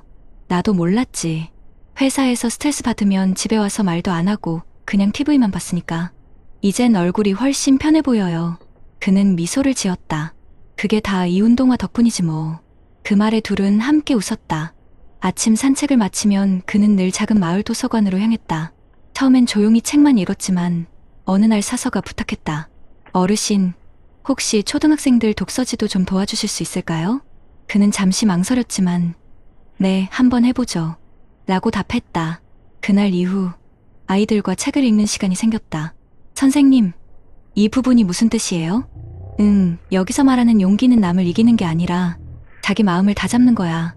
아이들은 고개를 끄덕였다. 그 순간 김명우 씨는 깨달았다. 자신이 30년간 쌓은 경험과 인내가 이제는 누군가에게 배움이 되고 있다는 걸. 그는 매일 저녁 다이어리에 한 줄씩 썼다. 오늘은 아이들과 책을 읽었다. 그들의 눈에서 옛날의 내가 보였다. 그렇게 몇 달이 흘렀다. 그의 건강은 눈에 띄게 좋아졌다. 혈압 수치가 정상으로 돌아왔고 병원 의사는 이제 약을 줄여도 되겠어요라며 웃었다. 그는 집에 돌아와 운동화를 꺼내 닦았다. 이 녀석이 나 살렸네. 하지만 인생이 늘 평탄한 것만은 아니었다. 작년 겨울 그의 아내가 넘어져 손목을 다쳤다. 한동안 집안일을 혼자 해야 했다. 설거지, 청소, 장보기. 예전에 그였다면 짜증을 냈을 것이다. 하지만 이번엔 달랐다. 그는 이렇게 말했다. 괜찮아. 나 하루 리듬 안 깨지게 해볼게. 그는 아침 산책을 줄이지 않았다. 산책 후엔 장을 보고 점심을 차렸다. 그렇게 3주가 지나자 아내의 손목도 회복되었다. 그녀는 말했다. 당신, 이제 진짜 듬직하다. 그는 웃으며 대답했다. 나도 내 삶이 이제야 익숙해진 것 같아. 봄이 오던 어느 날, 그는 도서관 아이들과 함께 마을 걷기 대회에 참가했다. 운동화를 신은 아이들이 뛰어가며 소리쳤다. 김 선생님, 우리 이겨요. 그는 손을 흔들며 말했다. 천천히 가도 돼. 중요한 건 끝까지 가는 거야. 결승선을 통과했을 때 그의 머릿속에는 오래전 자신이 사무실에서 하던 말이 떠올랐다. 성과는 빠른 사람이 가져간다. 하지만 지금은 달랐다. 행복은 꾸준한 사람이 지킨다. 그는 그렇게 생각했다. 걷기 대회가 끝난 뒤 아이들이 선물로 운동화를 하나 줬다. 김 선생님, 이거 새 운동화예요. 이제 낡은 건 쉬게 해주세요. 그는 그 자리에서 울었다. 이 신발은 내가 살아온 시간 그 자체야. 그래도 고맙다. 너희 덕분에 내 인생이 더 단단해졌어. 그날 밤, 그는 낡은 운동화 옆에 새 운동화를 나란히 놓았다. 그리고 다이어리에 이렇게 적었다. 인생은 두 켤레의 신발 같다. 하나는 과거를 걸어온 발자국이고 다른 하나는 내일을 향한 약속이다. 요즘 그는 하루 중 가장 좋아하는 시간이 있다. 저녁 식사 후 아내와 둘이서 커피를 마시며 조용히 음악을 듣는 시간이다. TV는 켜지 않는다. 창밖에서 들리는 새소리와 바람, 그리고 초침이 흘러가는 소리만이 배경음악이다. 그는 그 순간을 내 인생의 음악회라고 부른다. 하루를 마무리하며 그는 여전히 운동화를 닦는다. 오늘도 잘 걸었다. 그 말은 단순한 습관이 아니라 스스로에게 주는 칭찬이었다. 요즘 주변 사람들은 그를 이렇게 부른다. 명우 선생님, 우리도 그 루틴 배우고 싶어요. 그는 웃으며 말한다. 별거 아니에요. 매일 같은 시간에 일어나서 같은 길을 걸으세요. 생각보다 세상은 그 안에서 새로워져요. 어느 날 도서관 아이 중 한 명이 물었다. 선생님, 인생이 뭐예요? 그는 잠시 생각하더니 이렇게 답했다. 글쎄 예전엔 몰랐는데 이제는 알아요. 인생은 움직이는 거야. 멈추면 후회하고 걸으면 행복해져. 그는 지금도 새벽이면 운동화를 신는다. 하늘이 붉게 물들고 새가 지저귀는 순간 그는 자신에게 조용히 말한다. 명우야, 오늘도 리듬 잃지 말자. 그의 손목엔 여전히 낡은 시계 하나가 차있다. 하지만 이 시계는 더 이상 일의 시간을 재는 도구가 아니다. 그에게 시간은 이제 삶의 박자다. 초침이 한번 움직일 때마다 그의 심장은 조금 더 단단하게 뛰었다. 퇴직 후 5년, 그는 이제 하루가 길지 않다고 말한다. 시간이 길면 마음을 채우면 되지. 루틴이 있으니까 내 하루는 늘 제때 도착해. 그는 여전히 걷고, 닫고, 웃는다. 그의 삶은 화려하지 않지만 단단하다. 누가 묻는다. 그 나이에 뭐가 그렇게 즐거워요? 그는 미소를 짓는다. 그냥 사는 게 좋습니다. 오늘도 내 운동화가 나를 어딘가로 데려가 주니까요. 여러분, 혹시 알고 계셨나요? 국내 통계에 따르면 60대 이상 인구 중 우울불안 장애로 진료를 받는 비율이 전체 우울증 환자의 약 35.7%에 달한다고 합니다. 또한 50대, 60대 남성의 경우 우울불안 장애로 치료받는 사례가 2017년 약 16만 6천여 명에서 2021년에는 약 19만 2천여 명으로 무려 16%나 증가했습니다. 이처럼 은퇴 이후 정신건강 악화는 단순한 개인 문제를 넘어서 사회구조적으로도 이미 경고등이 켜진 현상입니다. 국내 연구에서도 이 점은 명확히 지적됩니다. 한 연구에서는 은퇴한 남성은 은퇴하지 않은 남성보다 우울감을 느낄 가능성이 통계적으로 더 높으며 그 관계에는 사회 접촉의 감소가 중요한 역할을 한다고 분석했습니다. 즉, 직장을 떠난 뒤 사람들과의 만남이 줄어들고 역할이 사라지는 순간 정서적 고립이 더 심해지는 측면이 있다는 것이지요. 또한 은퇴 이후에도 일정 수준의 사회활동이나 재취업을 유지한 사람들은 완전 은퇴한 사람들에 비해 우울증 발생 위험이나 건강 문제 발생 가능성이 낮다는 분석도 있습니다. 50대 이상 정년퇴직자 20만 명 이상을 대상으로 한 조사에서는 완전 은퇴 그룹보다 일부 재취업을 택한 사람들이 건강 지표면에서 더 긍정적인 결과를 보였다고 밝혔습니다. 해외 연구에서도 비슷한 결과가 나타납니다. 은퇴 전후의 건강 변화를 비교한 여러 연구에 따르면 은퇴 후 신체 활동이 급격히 줄거나 사회적 교류가 단절된 사람일수록 우울증과 불안, 심혈관 질환 등의 위험이 높아지는 경향이 있다고 합니다. 특히 사회경제적 수준이 낮은 은퇴자일수록 이러한 부정적인 영향이 더 크게 나타난다고 보고되었습니다. 또 다른 연구에서는 은퇴 후 활동이 줄어들면 인지능력 저하나 신체 기능 저하의 위험이 높아질 수 있다고 경고하고 있습니다. 이 모든 통계와 연구들은 우리에게 분명한 메시지를 줍니다. 퇴직은 단순히 일을 그만두는 것이 아니라 그동안 유지해 온 사회적 역할과 신체 활동, 그리고 관계망이 한순간에 무너질 수 있는 전환점이라는 점입니다. 그래서 은퇴 후의 삶에서 가장 중요한 것은 단절되지 않는 삶의 리듬과 사회적 연결망을 유지하고 자신의 건강과 감정을 꾸준히 관리하는 것입니다. 이처럼 은퇴 후 무계획과 고립은 통계적으로도 반복되는 실패의 패턴이며 반대로 사회적 참여와 규칙적 루틴을 유지한 사람들의 삶은 훨씬 더 안정적이고 건강한 노후를 만드는 중요한 열쇠가 됩니다. 우선 대한민국 중앙정부와 지자체에서 이미 시행하고 있는 제도들이 우리 사례 속 멈춤의 공포와 고립의 위험을 완화하는 중요한 기제 역할을 할 수 있습니다. 예컨대 보건복지부에서는 노인 일자리 및 사회활동 지원 사업을 운영하고 있고 이는 일정 연령 이상의 노인이 적절한 일자리나 공익활동에 참여할 기회를 제공함으로써 사회적 역할과 연결성을 유지하게 돕는 제도입니다. 또한 지자체들은 경로당, 노인복지관, 노인교실처럼 지역사회 기반의 여가학습 교류 시설을 운영하여 노인들이 일상적으로 모이고 활동할 수 있는 장소를 마련하고 있습니다. 또 2025년부터는 기초연금 상향, 동절기 에너지 바우처 확대, 주거급여 확대 등 생활안정 정책을 강화하고 있습니다. 각 지자체의 노인복지 정책에서는 지역 특화 사업을 활성화하고 국고 보조를 받은 인센티브 방식으로 복지 수준을 높이는 방향도 추진되고 있습니다. 이들 정책을 우리 사례의 흐름에 접목해보면 다음과 같습니다. 먼저 은퇴 후 하루의 리듬을 잃지 않도록 지자체가 지역 중심의 시니어 커뮤니티 프로그램을 적극 확대해야 합니다. 예를 들어 동네 단위 복지관이나 경로당에서 새벽 산책 모임, 작은 글쓰기 독서 모임, 공원 음악 듣기 동아리 등 정기적인 활동을 조직하고 중장년층 주민들이 서로 연결될 수 있게 하는 구조를 만드는 것입니다. 이처럼 지역에서 자발적이면서도 안정적인 루틴을 제공하는 플랫폼이 있다면 외로움의 틈이 좁아질 수 있습니다. 또한 정부 차원에서는 노인 자원봉사 활성화 프로그램을 더욱 확대하고 노인이 가진 경력과 재능을 마을 학교나 커뮤니티에 매칭해주는 시스템을 구축해야 합니다. 실제로 일본에서는 고령자 자원봉사 활성화가 정책의 축 중 하나로 자리 잡고 있고 노인의 삶의 의미와 사회 연결을 증진하는 중요한 기제로 작동하고 있다는 연구가 있습니다. 이처럼 노인이 단순히 수혜자가 아니라 지역사회의 구성원으로 기여하게 만드는 구조는 삶의 리듬과 정체성을 동시에 살려줄 수 있습니다. 해외에서도 참고할 만한 모델이 있습니다. 예를 들어 미국에는 만 55세 이상 노인들이 지역사회에서 멘토링, 독서 지도, 보건활동 등 다양한 자원봉사를 하며 사회와 연결되는 기회를 가질 수 있도록 설계된 프로그램이 있습니다. 이런 제도는 노인들이 살아가는 무대를 잃지 않게 해주며 사회적 고립과 정신건강 악화를 막는 역할을 합니다. 또 미국이나 캐나다 등에서는 노인이 많이 사는 기존 주거지역의 지역 복지보건사회 서비스를 결합하여 그곳에 사는 노인들이 집을 떠나지 않고도 계속 지원받을 수 있는 커뮤니티 기반 제도를 운영하고 있습니다. 따라서 우리나라에서 제안할 수 있는 실질적 조언은 이렇습니다. 첫째, 지자체는 노인 커뮤니티 중심 루틴 프로그램 허브를 구축해야 합니다. 매일 아침 산책, 글쓰기, 음악 듣기 모임 등 소규모 정기 모임을 운영하고 참여자 간 유대감을 형성하도록 돕는 역할을 해야 합니다.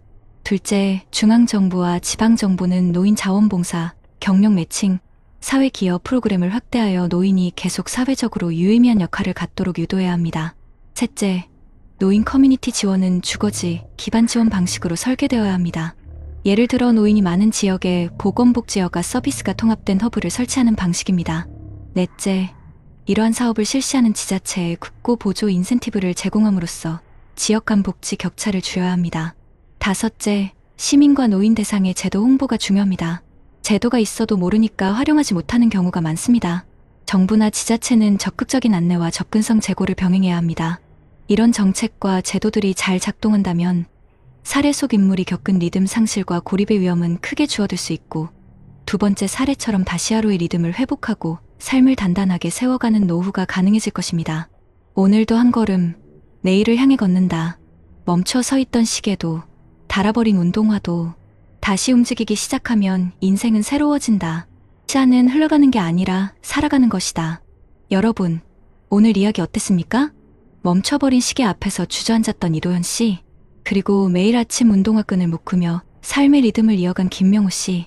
두 사람의 인생은 같은 출발선에서 시작했지만 서로 다른 선택이 전혀 다른 노후를 만들어냈습니다. 한 사람은 이제 다 끝났다는 마음으로 시간을 멈췄고 다른 한 사람은 오늘부터 다시 시작이다라는 마음으로 시간을 걸었습니다. 퇴직이라는 같은 문을 통과했지만 한쪽은 그 문을 끝이라 여겼고 다른 한쪽은 다시 열리는 문이라 여겼습니다. 이도현 씨의 삶은 우리 모두의 이야기이기도 합니다. 평생 일만 하다 갑자기 주어진 자유가 두려워진 사람, 세상에서 자신의 자리를 잃고 낯선 공허 속에 머물렀던 그 마음 말입니다. 그가 느꼈던 외로움, 그 막막함, 아마 우리 부모님 세대, 그리고 지금 50대, 60대 분들이라면 한 번쯤은 가슴 깊이 느껴본 감정일 겁니다. 하지만 반대로 김명우 씨의 삶은 단조롭고 조용하지만 참 단단했습니다. 그는 매일 같은 시간에 일어나 같은 길을 걷고 같은 음악을 들으며 하루를 쌓아 올렸습니다. 그 작은 반복 속에서 그는 자신을 다시 찾았습니다. 그가 말했죠. 지루한 게 아니라 단단한 거예요. 이 리듬이 내 인생을 지탱해줍니다. 이 두 사람의 차이는 돈이 아니라 마음의 태도였습니다. 퇴직금의 크기보다 중요한 건 내 하루를 어떻게 채우느냐였습니다. 하루를 낭비하느냐 아니면 새로 짓느냐. 결국 인생의 질은 하루의 리듬에서 결정된다는 걸 그들은 우리에게 보여줬습니다. 여러분, 인생은 멈춘다고 끝나는 게 아닙니다. 시계가 멈췄다면 다시 건전지를 갈면 되고 운동화가 닳았다면 새 신발을 신으면 됩니다. 하지만 마음이 멈추면 그땐 정말 모든 게 끝나버립니다. 그래서 우리는 매일 마음의 운동화를 닫고 내 안의 시계를 다시 움직여야 합니다. 퇴직 후의 시간은 우리에게 주어진 보너스 인생이 아닙니다. 그건 오히려 진짜 인생의 시작일지도 모릅니다. 젊을 때는 가족과 일 때문에 바빠서 온전히 나를 위한 하루를 살아보지 못했지만 이제는 나를 위한 하루를 만들 수 있는 때가 왔습니다. 매일 같은 길을 걷더라도 그 길 위에서 다른 하늘을 보고 다른 공기를 마시고 다른 생각을 하며 살아간다면 그건 결코 단조로운 인생이 아닙니다. 그건 의미로 채워진 인생입니다. 혹시 여러분도 요즘 마음이 멈춘 것 같으신가요?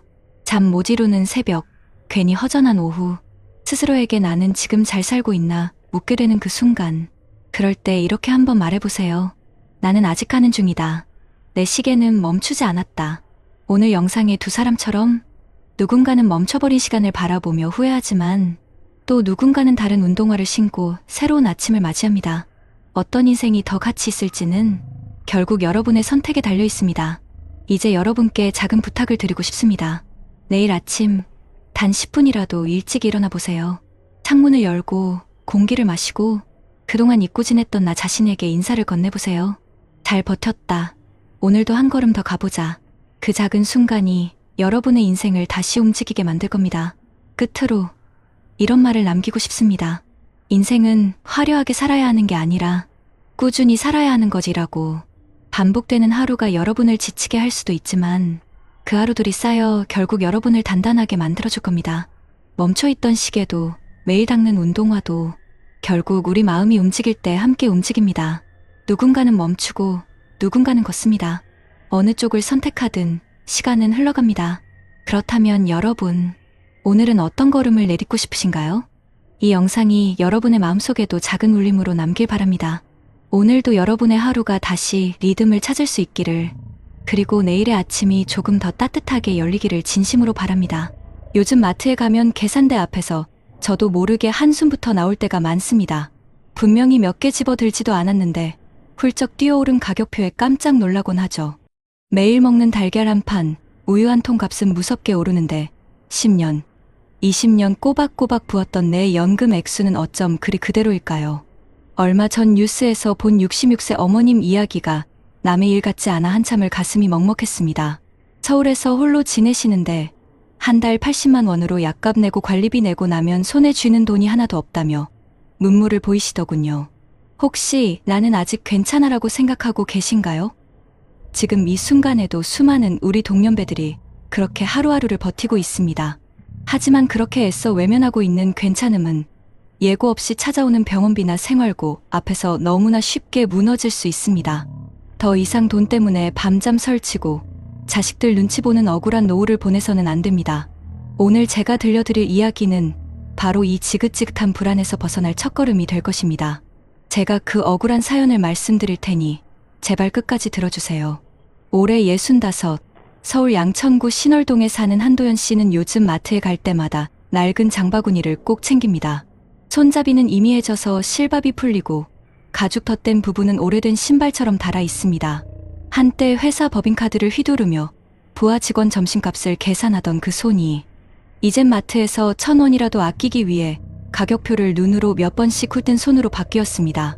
예전엔 이런 장바구니를 들고 다니는 사람들을 보면 참 부지런하다고 생각했는데 이제 내가 이렇게 될 줄이야. 도연 씨는 늘 혼잣말처럼 중얼거리며 장바구니를 들고 천천히 계산대 앞에 선다. 달걀 한 판, 식용유 한 통, 고등어 2마리, 그리고 아내의 혈압약. 계산대 화면에 찍히는 숫자가 오를 때마다 가슴 한켠이 쿵 내려앉는다. 이게 5만 원이 넘는다고? 그는 카드 결제를 누르며 멋쩍게 웃었지만 속으론 눈물이 맺혔다. 한도연 씨는 35년 동안 경기도 시화공단의 한 중소 부품회사에서 생산관리 부장으로 일했다. 그 시절엔 성실함 하나로 인정받았고 회사도 꾸준히 성장했다. 퇴직할 때 받은 퇴직금은 1억 4천만 원. 아내 이명자 씨와 함께 이제는 우리도 좀 여유롭게 살자던 때가 불과 3년 전이었다. 퇴직 후엔 작은 치킨집을 열었다. 퇴직금의 절반인 7천만 원을 투자했고 나머지는 노후 자금으로 남겨뒀다. 하지만 그 선택이 인생의 전환점이 될 줄은 몰랐다. 코로나 이후 물가가 오르고 배달앱 수수료가 치솟았다. 닭 한 마리 값이 오르자 손님은 줄었다. 한 달, 2달 적자가 이어졌고 결국 폐업을 결심했다. 남은 건 마이너스 1,800만 원의 카드빚과 다시 뭐라도 해야 하지 않겠느냐는 아내의 한숨뿐이었다. 퇴직 후 3년, 도연 씨의 수입은 국민연금 월 68만 원이 전부다. 아내 명자 씨는 15년간 학원 청소 일을 했지만 국민연금 가입 기간이 짧아 월 20만 원도 채 받지 못한다. 둘이 합쳐 88만 원. 집은 있지만 관리비와 공과금만 해도 매달 30만 원이 훌쩍 넘는다. 전기요금, 수도세, 보험료, 그리고 아내의 약값. 남는 돈은 40만 원 남짓. 그 돈으로는 식비도 감당이 안 된다. 그는 계산기를 두드리며 한숨을 쉬었다. 이 정도면 나쁘지 않네. 스스로 위로해보지만 냉장고에 들어있는 건 달걀 몇 개와 김치 한 통뿐이었다. 아내는 그런 남편을 보며 아무 말도 하지 않았다. 그 대신 장을 보러 나갈 때마다 낡은 장바구니에 달걀 대신 두부를, 사과 대신 배추를 담았다. 한때 백화점 식품관에서 장을 보던 그 손이 이제는 전단지 쿠폰을 오려 가게를 고르는 손이 되었다. 지난 봄, 도연 씨는 허리 통증으로 병원을 찾았다. MRI 촬영비만 18만 원이었다. 보험에서 일부 나왔지만 약값과 치료비로 결국 한 달에 25만 원이 빠져나갔다. 그 달엔 전기요금을 늦게 냈다. 이러다 우리도 뉴스에 나오는 사람들처럼 되는 거 아냐? 아내 명자 씨가 조용히 물었을 때 도연 씨는 아무 대답도 하지 못했다. 그저 벽에 걸린 가족 사진을 한참 바라보았다. 그 속에는 20대 아들 한성우가 있었다. 아들은 수도권에서 취업 준비 중이었다. 도연 씨는 아들이 걱정할까봐 우리 괜찮다는 말만 반복했다. 하지만 현실은 괜찮지 않았다. 아내는 허리 아파도 병원 대신 파스를 붙였고 도연 씨는 식사량을 줄였다. 점심은 라면, 저녁은 밥에 김치, 그리고 가끔 멸치볶음. 밥 먹고 싶을 때 밥을 먹는 게 이렇게 어려운 일일 줄 몰랐어요. 그는 기자 인터뷰처럼 혼잣말을 중얼거렸다. 며칠 전엔 마트에서 장을 보다가 우연히 마주친 이웃이 물었다. 부장님, 요즘도 골프 다니세요? 그는 잠시 멈칫했다가 어색하게 웃었다. 요즘은 몸이 안 좋아서요. 하지만 진짜 이유는 따로 있었다. 골프장 그린피 한 번이면 아내가 한 달치 약값을 살 수 있었기 때문이다. 그날 밤, 도연 씨는 낡은 장바구니를 꺼내 방 한켠에 놓았다. 손잡이에 묻은 얼룩을 닦아내며 잠시 멍하니 앉아 있었다. 그 장바구니 속에는 지난 세월의 무게가 들어 있었다. 35년 동안 일하며 쌓은 자부심, 퇴직 후 단 한 번의 선택으로 무너진 노후의 꿈, 그리고 매달 부족한 50만 원을 채우기 위해 내일 무엇을 아껴야 할지 계산하는 습관까지. 그는 잠이 오지 않았다. 휴대폰으로 노후 생활비라는 단어를 검색했다. 검색창에 뜬 기사 제목은 충격적이었다. 65세 이상 평균 생활비 178만 원. 연금으로는 절반도 못 채워. 기사 속 수치는 자신의 현실과 정확히 맞아떨어졌다. 178만 원이라 우린 지금 100만 원도 못 쓰는데. 그는 스스로를 다독이듯 말했지만 마음속 깊은 곳에서 불안이 꿈틀거렸다. 이러다 진짜 아무것도 못 남기고 가는 거 아닐까? 아내가 잠든 새벽, 도연 씨는 낡은 장바구니를 들고 현관문을 나섰다. 마트에 갈 것도 살 것도 없었다. 그저 손에 뭔가를 쥐고 있지 않으면 불안했기 때문이다. 새벽 공기 속에서 그는 자신에게 속삭였다. 이렇게 살려고 평생을 일한 건 아닐 텐데. 그날 이후 도연 씨는 매일 아침 아파트 앞 공원에 나갔다. 벤치에 앉아 같은 연배의 사람들과 커피를 마시며 서로의 연금 이야기를 나누었다. 난 국민연금 70만 원, 아내는 30만 원. 딱 그거야. 그래도 당신은 낫지. 나는 혼자 살아서 50만 원이 전부야. 그들의 대화는 웃음 같았지만 웃음이 아니었다. 누군가는 말끝을 흐렸고 누군가는 눈을 피했다. 그 작은 공원의 벤치는 그들에게 세상의 축소판이었다. 누구도 여유롭지 않았고 누구도 행복하다고 말하지 않았다. 도연 씨는 집으로 돌아오며 생각했다. 우리 세대는 평생 일했는데 왜 이렇게 가난하지? 그의 손엔 여전히 낡은 장바구니가 들려 있었다. 가볍게 흔들리는 손잡이에서 마치 세월이 흘러내리는 소리가 났다. 7월의 끝자락, 장마비가 하루 종일 내리던 날이었다. 한도연 씨는 그날따라 몸이 무겁고 허리 통증이 심했다. 빗물이 고인 아파트 진입로를 건너며 손에 들린 낡은 장바구니가 점점 젖어갔다. 마트로 향하던 발걸음이 어느새 병원 쪽으로 향하고 있었다. 한 부장님, 허리 디스크가 많이 진행됐습니다. 수술까지는 아니지만 치료를 꾸준히 받아야 해요. 의사의 말은 마치 차가운 비처럼 그의 어깨 위로 떨어졌다. 그는 계산대를 보듯 진료비 명세서를 훑었다. 진료비 3만 2천 원, 약값 2만 8천 원. 한 달 치료비만 15만 원이 넘었다. 그날 저녁, 아내 명자 씨는 병원 영수증을 바라보다 말없이 고개를 숙였다. 여보, 나 그냥 파스 붙이고 참을게. 이 돈이면 우리 아들 학원비 한 달 치잖아. 그녀의 말에 도연 씨는 아무 대답도 하지 못했다. 그의 마음속엔 부끄러움과 분노가 뒤섞여 있었다. 며칠 후 아들 성우가 집에 내려왔다. 아버지, 요즘 몸은 좀 괜찮으세요? 괜찮다. 뭐, 나이 먹으면 다 그렇지. 그럼 병원은요? 그냥 물리치료나 좀 받았다. 아들은 조심스럽게 말을 꺼냈다. 아버지, 사실 저 취직 준비 접으려고요. 알바하면서 돈 모아볼까 해요. 성우야, 그건 안 돼. 내 인생은 내가 살아야지. 우리야 어떻게든 버틸 거야. 도연 씨는 그렇게 말했지만 그날 밤 혼자 울었다. 아들이 포기하는 인생의 무게가 자신이 만든 현실 같았기 때문이다. 며칠 뒤 아내가 쓰러졌다. 고혈압 약을 제때 먹지 못해서였다. 병원에서 돌아온 아내는 이제 약을 줄여야겠다고 말했다. 우리 둘 다 병원 다니면 생활비가 안 돼.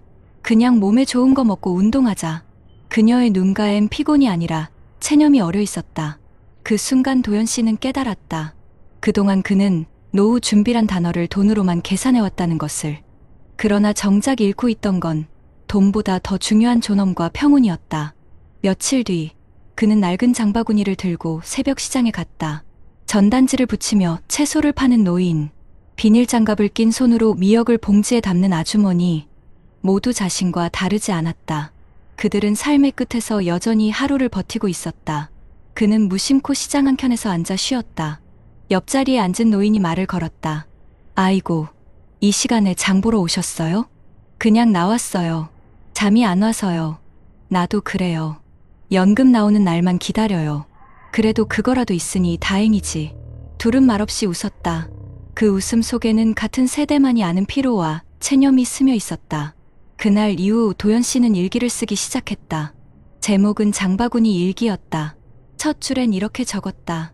오늘은 달걀을 사지 못했다. 대신 배추를 샀다. 하지만 마음은 조금 가벼워졌다. 왜냐하면 아직은 배추를 살 돈이 있기 때문이다. 그는 매일 저녁 낡은 장바구니를 닦았다. 그리고 그 안에 다음 날 쓸 장보기 목록을 써서 넣었다. 두부, 콩나물, 명자의 약값. 그의 하루는 여전히 빠듯했지만 이상하게 마음은 차분했다. 가을이 다가오던 어느 날 그는 우연히 구청에서 열린 노후 재무교육 전단지를 보았다. 지금이라도 늦지 않습니다. 연금, 의료비, 생활비를 다시 설계해보세요. 그 문장을 읽는 순간 도연 씨의 눈이 잠시 멈췄다. 그는 망설이다가 강의실 문을 열었다. 강의실엔 자신과 비슷한 또래의 부부들이 앉아 있었다. 그중 한 강사가 말했다. 여러분, 지금의 생활비가 100만 원이라면 10년 후엔 130만 원이 됩니다. 하지만 연금은 그대로일 겁니다. 지금이라도 조금씩 바꿔야 합니다. 그 말을 들은 도연 씨는 고개를 끄덕였다. 옆에 앉은 아내의 손을 살짝 잡았다. 그녀는 미소를 지었다. 그 순간 그는 처음으로 희망이라는 단어를 다시 떠올렸다. 강의가 끝난 후 부부는 근처 분식집에 들렀다. 잔잔한 라디오 음악이 흐르고 있었다. 여보, 우리 장바구니 새로 살까? 아니, 그냥 이거 써요. 이게 아직 튼튼해요. 그녀가 웃으며 장바구니를 들었다. 그 안에는 삶의 무게가 아니라 서로를 향한 믿음이 담겨 있었다. 도연 씨는 마음속으로 되뇌었다. 그래, 노후란 건 돈으로만 계산되는 게 아니야. 아직 함께 웃을 수 있다면 그걸로 됐지.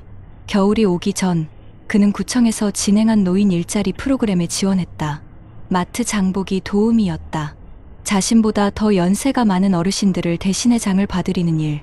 첫 출근 날 그는 오래된 장바구니를 들고 출발했다. 그 장바구니엔 이제 달걀 대신 사과가, 무거운 책임 대신 작은 행복이 담겼다.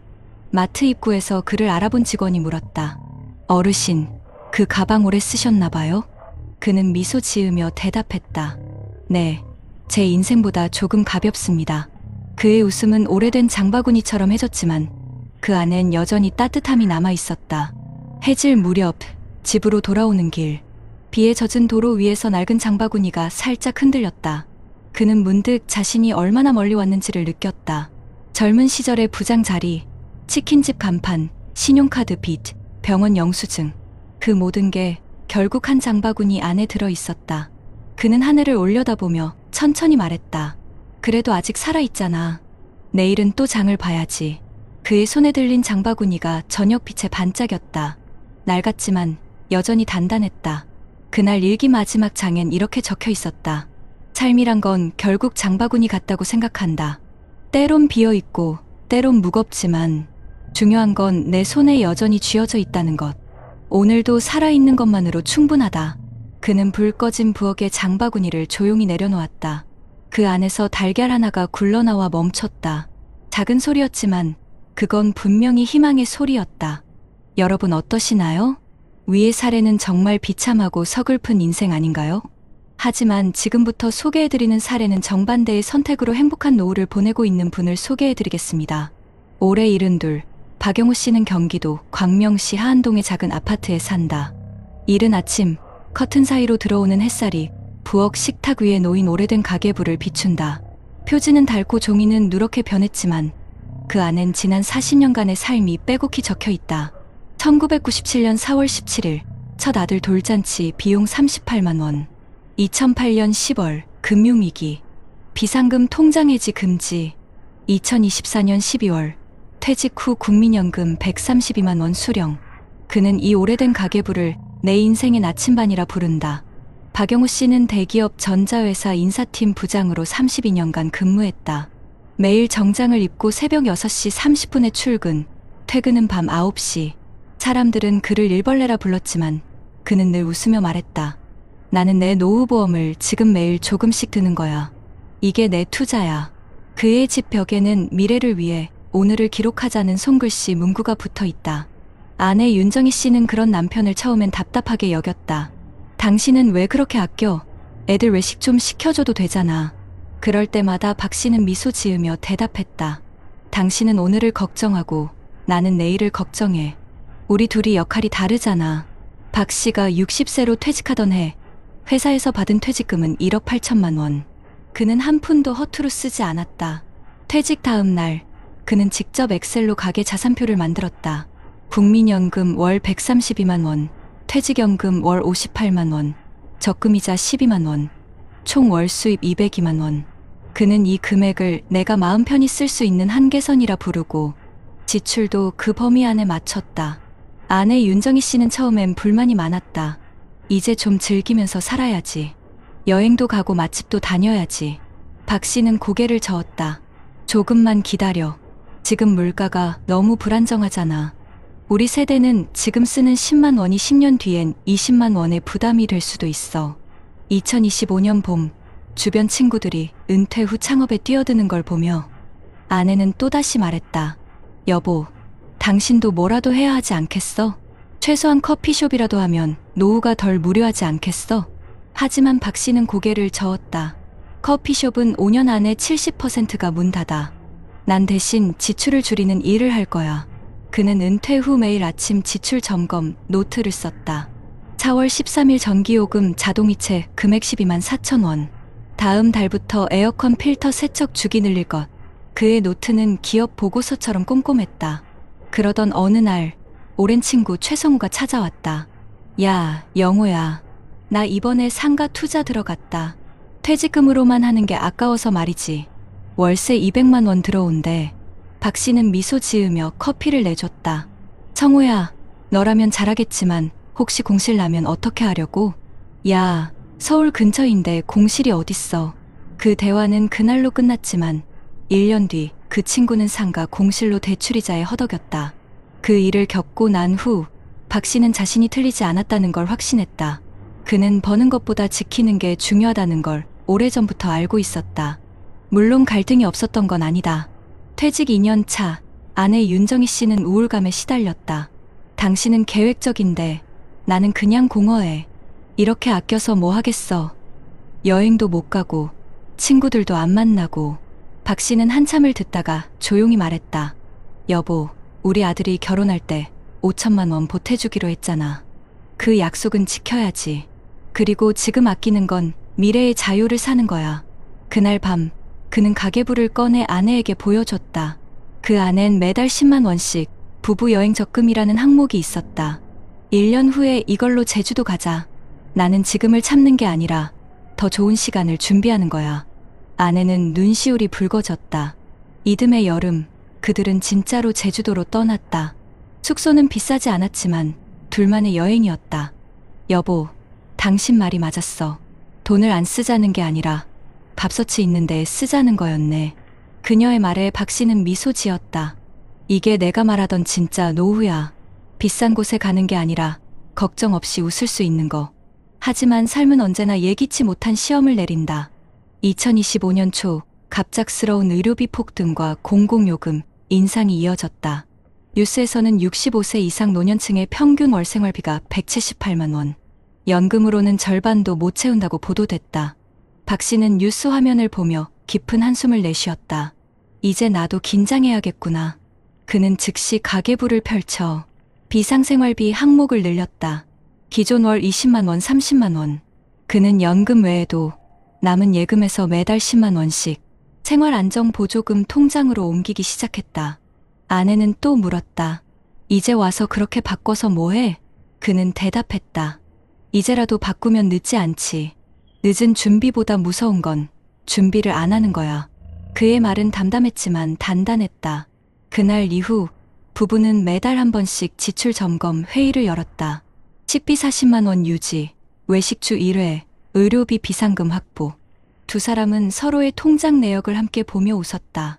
이제 당신이 재무부 장관이고 나는 경제부총리야. 그럼 나라가 망할 일은 없겠네.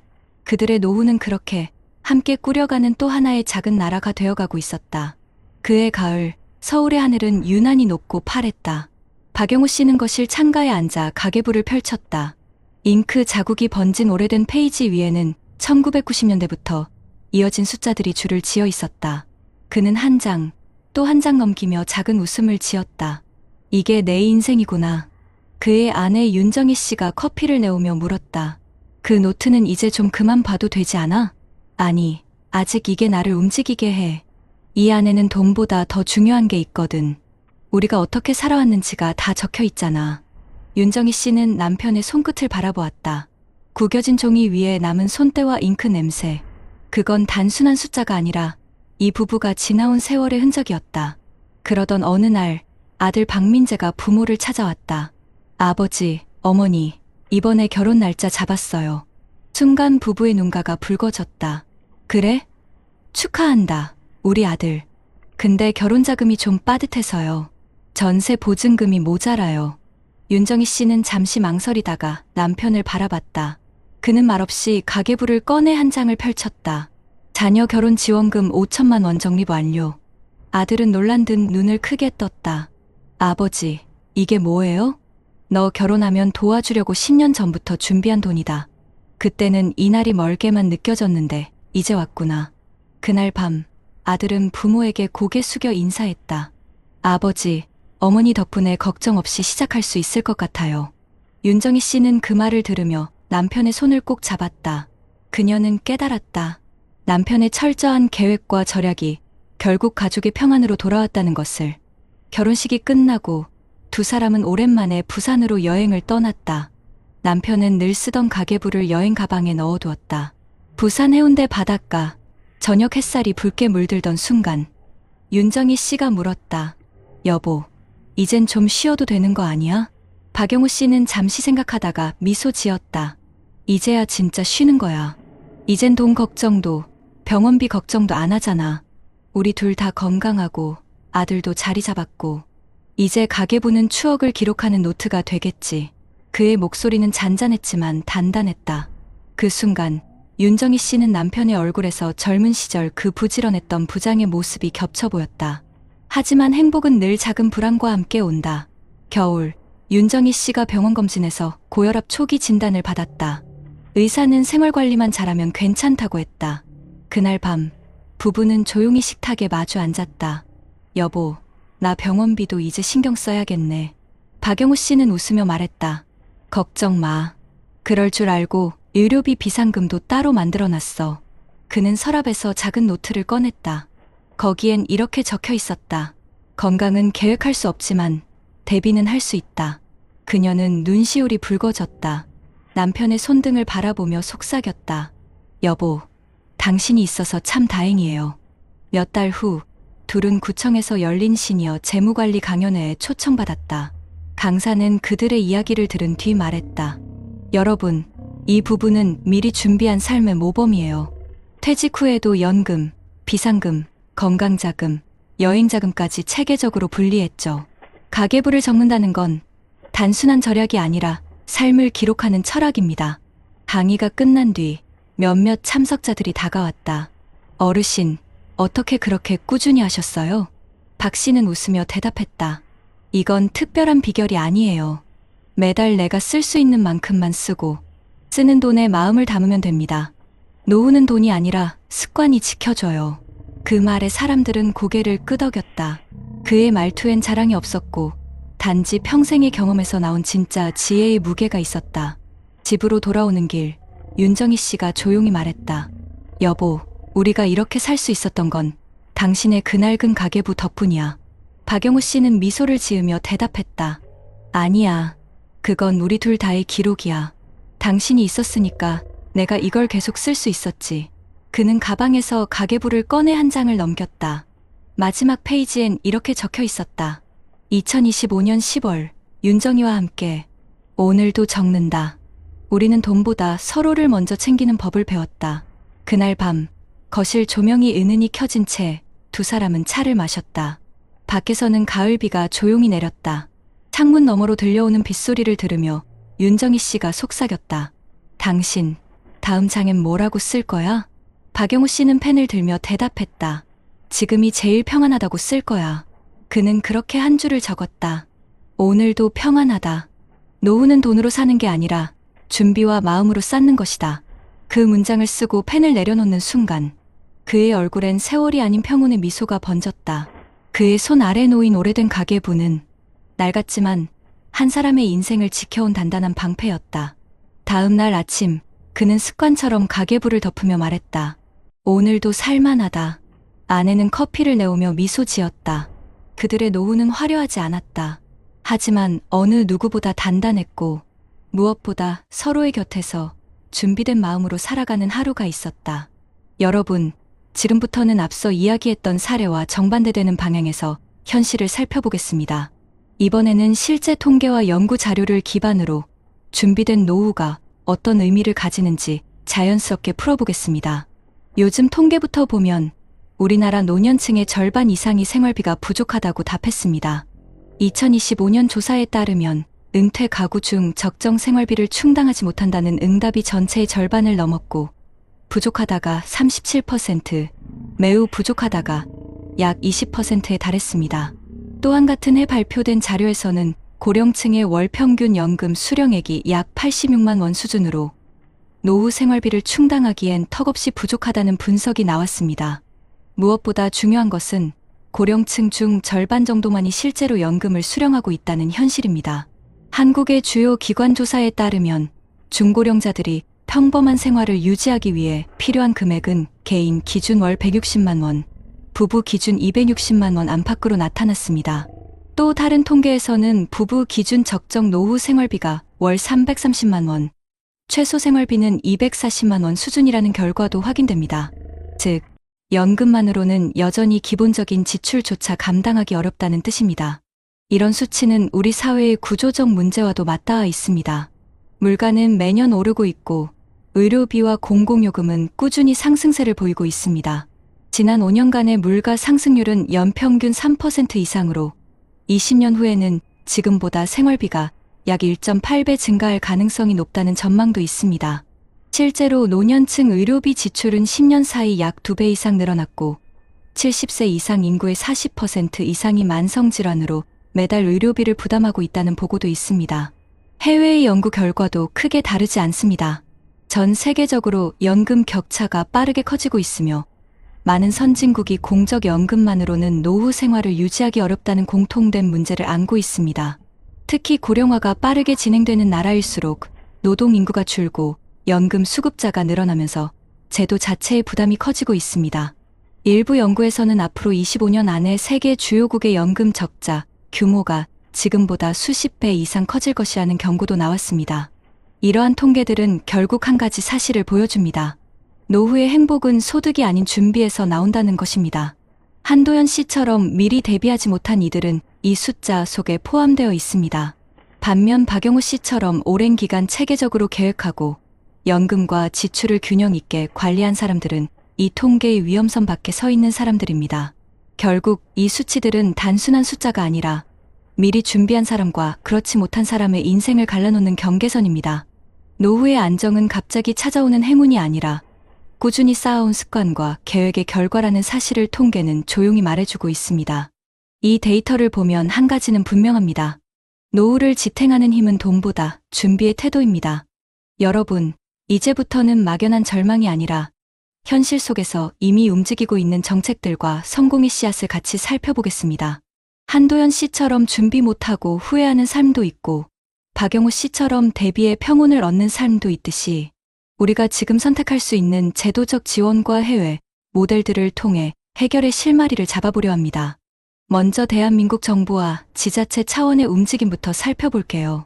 현재 보건복지부는 노후준비지원법에 따라 광역 및 기초자치단체까지 노후준비지원 전달체계 확대를 추진 중입니다. 예컨대 부산, 인천, 전북 김제, 서울 성동, 경기 부천 등 총 9개 지자체가 노후준비 서비스 사업을 운영하고 있고 국민연금공단과 연계하여 재무건강여가관계 등 통합적 노후준비 상담과 교육, 사후관리까지 지원하고 있어요. 이를 통해 중장년층은 가까운 지자체에서 인생설계 진단, 자산점검, 건강 코칭 등을 무료 또는 저비용으로 받을 수 있습니다. 또한 정부는 차기 5개년 계획 2026만 2030년 수립을 준비하며 앞으로 노후 소득 보장과 지자체 기반 서비스 강화를 핵심 과제로 삼고 있습니다. 주거와 생활비 절감을 위한 정책들도 있습니다.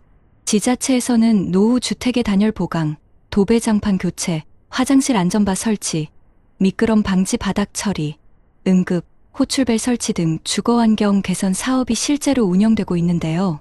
서울시에서는 저소득 노인을 대상으로 화장실 안전시설을 지원하고 경기도는 노후주택 단열 보강 사업을 시행하며 난방비 절감과 쾌적한 실내 환경 조성을 돕고 있습니다. 한국에너지공단도 노후 보일러 교체, 고효율 냉난방기 설치 지원 사업을 통해 전기요금 난방비 절감 효과를 내고 있어요. 이처럼 물가 상승과 공과금 부담에 대응할 수 있도록 정부와 지자체가 착실히 제도적 기반을 다지고 있는 겁니다. 해외 사례도 참고할 만한 모델이 많습니다. 예컨대 여러 아시아 태평양 국가들이 연금 시스템 개혁을 통해 지속 가능성과 보장성을 높이는 방향을 선택하고 있고 어떤 나라들은 기여율을 올리는 대신 연금 대체율을 개선하거나 출산군 복무 기간에 기여 크레딧을 부여하는 방식으로 연금 수급 기준을 보완하고 있습니다. 한 예로 한 국가에서는 기여율을 점진적으로 인상하면서도 연금 수급자의 소득 대체율을 개선해 제도 지속 가능성을 확보한 개혁을 시행에 성공했다는 평가가 나오고 있습니다. 이 모든 정책과 모델들은 결국 혼자 준비하지 않아도 되는 구조를 만드는 것이 핵심입니다. 여러분이 할 수 있는 실제 행동으로는 먼저 거주 지역 주민센터나 국민연금공단 지사에 문의해서 노후 준비 지원 사업을 확인하는 것이 중요해요. 또한 자신의 연금 납입 내역, 자산 구조, 지출 패턴을 미리 점검해두고 지자체의 주거 지원 사업 신청 자격이 되는지 살펴보세요. 주택 단열 보강, 안전시설 설치, 에너지 효율 개선 사업 등은 큰 비용 없이 직간접적으로 생활비를 낮추는 효과가 있습니다. 마지막으로 해외 모형처럼 기여율 수급율 개혁 방향이나 사회보장체계 강화 논의에 관심을 갖고 주민 의견 수렴 과정에 목소리를 내는 것도 좋은 출발이 될 수 있습니다. 지금처럼 영상으로 사례를 듣고 통계를 보고 정책을 알아두는 것이 단지 정보가 아니라 행동의 출발점이 되길 바랍니다. 한도연 씨의 삶은 우리가 피해야 할 경계선이 되고 박영호 씨의 삶은 우리도 닿을 수 있는 방향이라는 믿음을 갖고 각자의 지역과 조건 속에서 가능한 제도를 최대한 활용해 나가는 것이 노후 준비의 실전입니다. 이제 여러분이 그 변화의 주체가 되실 차례입니다. 낡은 장바구니는 하루를 버텼고 오래된 가계부는 한 생을 지켜냈다. 하나는 어제의 무게를 담았고 다른 하나는 내일의 방향을 적어두었다. 한쪽은 오늘의 밥값을 계산했고 다른 한쪽은 평생의 마음값을 계산했다. 두 손의 차이, 그것이 인생의 차이였다. 여러분, 우리는 오늘 두 사람의 이야기를 들었습니다. 한도연 씨, 35년을 일했지만 퇴직 후 손에 남은 건 달걀 한 판과 병원 영수증뿐이었던 사람. 그리고 박영호 씨, 매달 가계부를 적으며 40년 동안 미래를 조금씩 준비해온 사람. 한 사람은 낡은 장바구니를 들고 불안을 채웠고 다른 한 사람은 오래된 가계부를 펼치며 평안을 쌓았습니다. 두 사람의 노후는 같을 수 있었습니다. 하지만 단 한 가지 차이가 그들의 삶을 갈라놓았습니다. 그건 돈의 많고 적음이 아니었습니다. 준비의 유무, 그리고 마음의 태도. 도연 씨는 늘 내일을 미뤘습니다. 지금도 빠듯한데 무슨 노후야. 그 말 한마디가 그의 인생을 가난하게 만들었습니다. 반면 영호 씨는 이렇게 말했죠. 지금의 10만 원은 내일의 자유 한 조각이다. 그 말 한마디가 그의 노후를 지켜줬습니다. 여러분, 우리는 모두 그 두 사람 사이 어딘가에 서 있습니다. 오늘도 마트 계산대 앞에서 한숨을 쉬고 전기요금 고지서를 펴보며 다음 달엔 조금 줄여야겠다 중얼거리는 우리들. 하지만 아직 늦지 않았습니다. 삶이란 건 언제라도 다시 계산할 수 있는 장부니까요. 가계부는 비어 있어도 마음만큼은 다시 채울 수 있습니다. 노후는 단 한 번의 투자로 완성되지 않습니다. 매달의 습관, 매일의 선택이 쌓여 만들어집니다. 오늘 조금 덜 쓰는 용기, 내일을 위해 한 걸음 미리 움직이는 마음, 그것이 결국 우리 삶의 안전망이 됩니다. 여러분, 우리가 진짜 부자가 되는 순간은 언제일까요? 은행 잔고가 늘어날 때가 아니라 내가 가진 것에 감사할 줄 알게 될 때입니다. 그리고 내 옆에 있는 사람을 위해 내 하루를 계획할 때입니다. 도연 씨의 낡은 장바구니는 끝내 가벼워졌지만 그의 눈빛엔 슬픔이 남았습니다. 반면 박영호 씨의 가계부는 무겁고 낡았지만 그 안에는 사랑과 평화가 채워져 있었습니다. 노후의 차이는 결국 돈의 크기가 아니라 준비의 깊이입니다. 이제는 우리도 결심해야 할 때입니다. 내가 벌 만큼만 쓰겠다가 아니라 내가 살아갈 만큼 남기겠다는 다짐으로 바꿔야 합니다.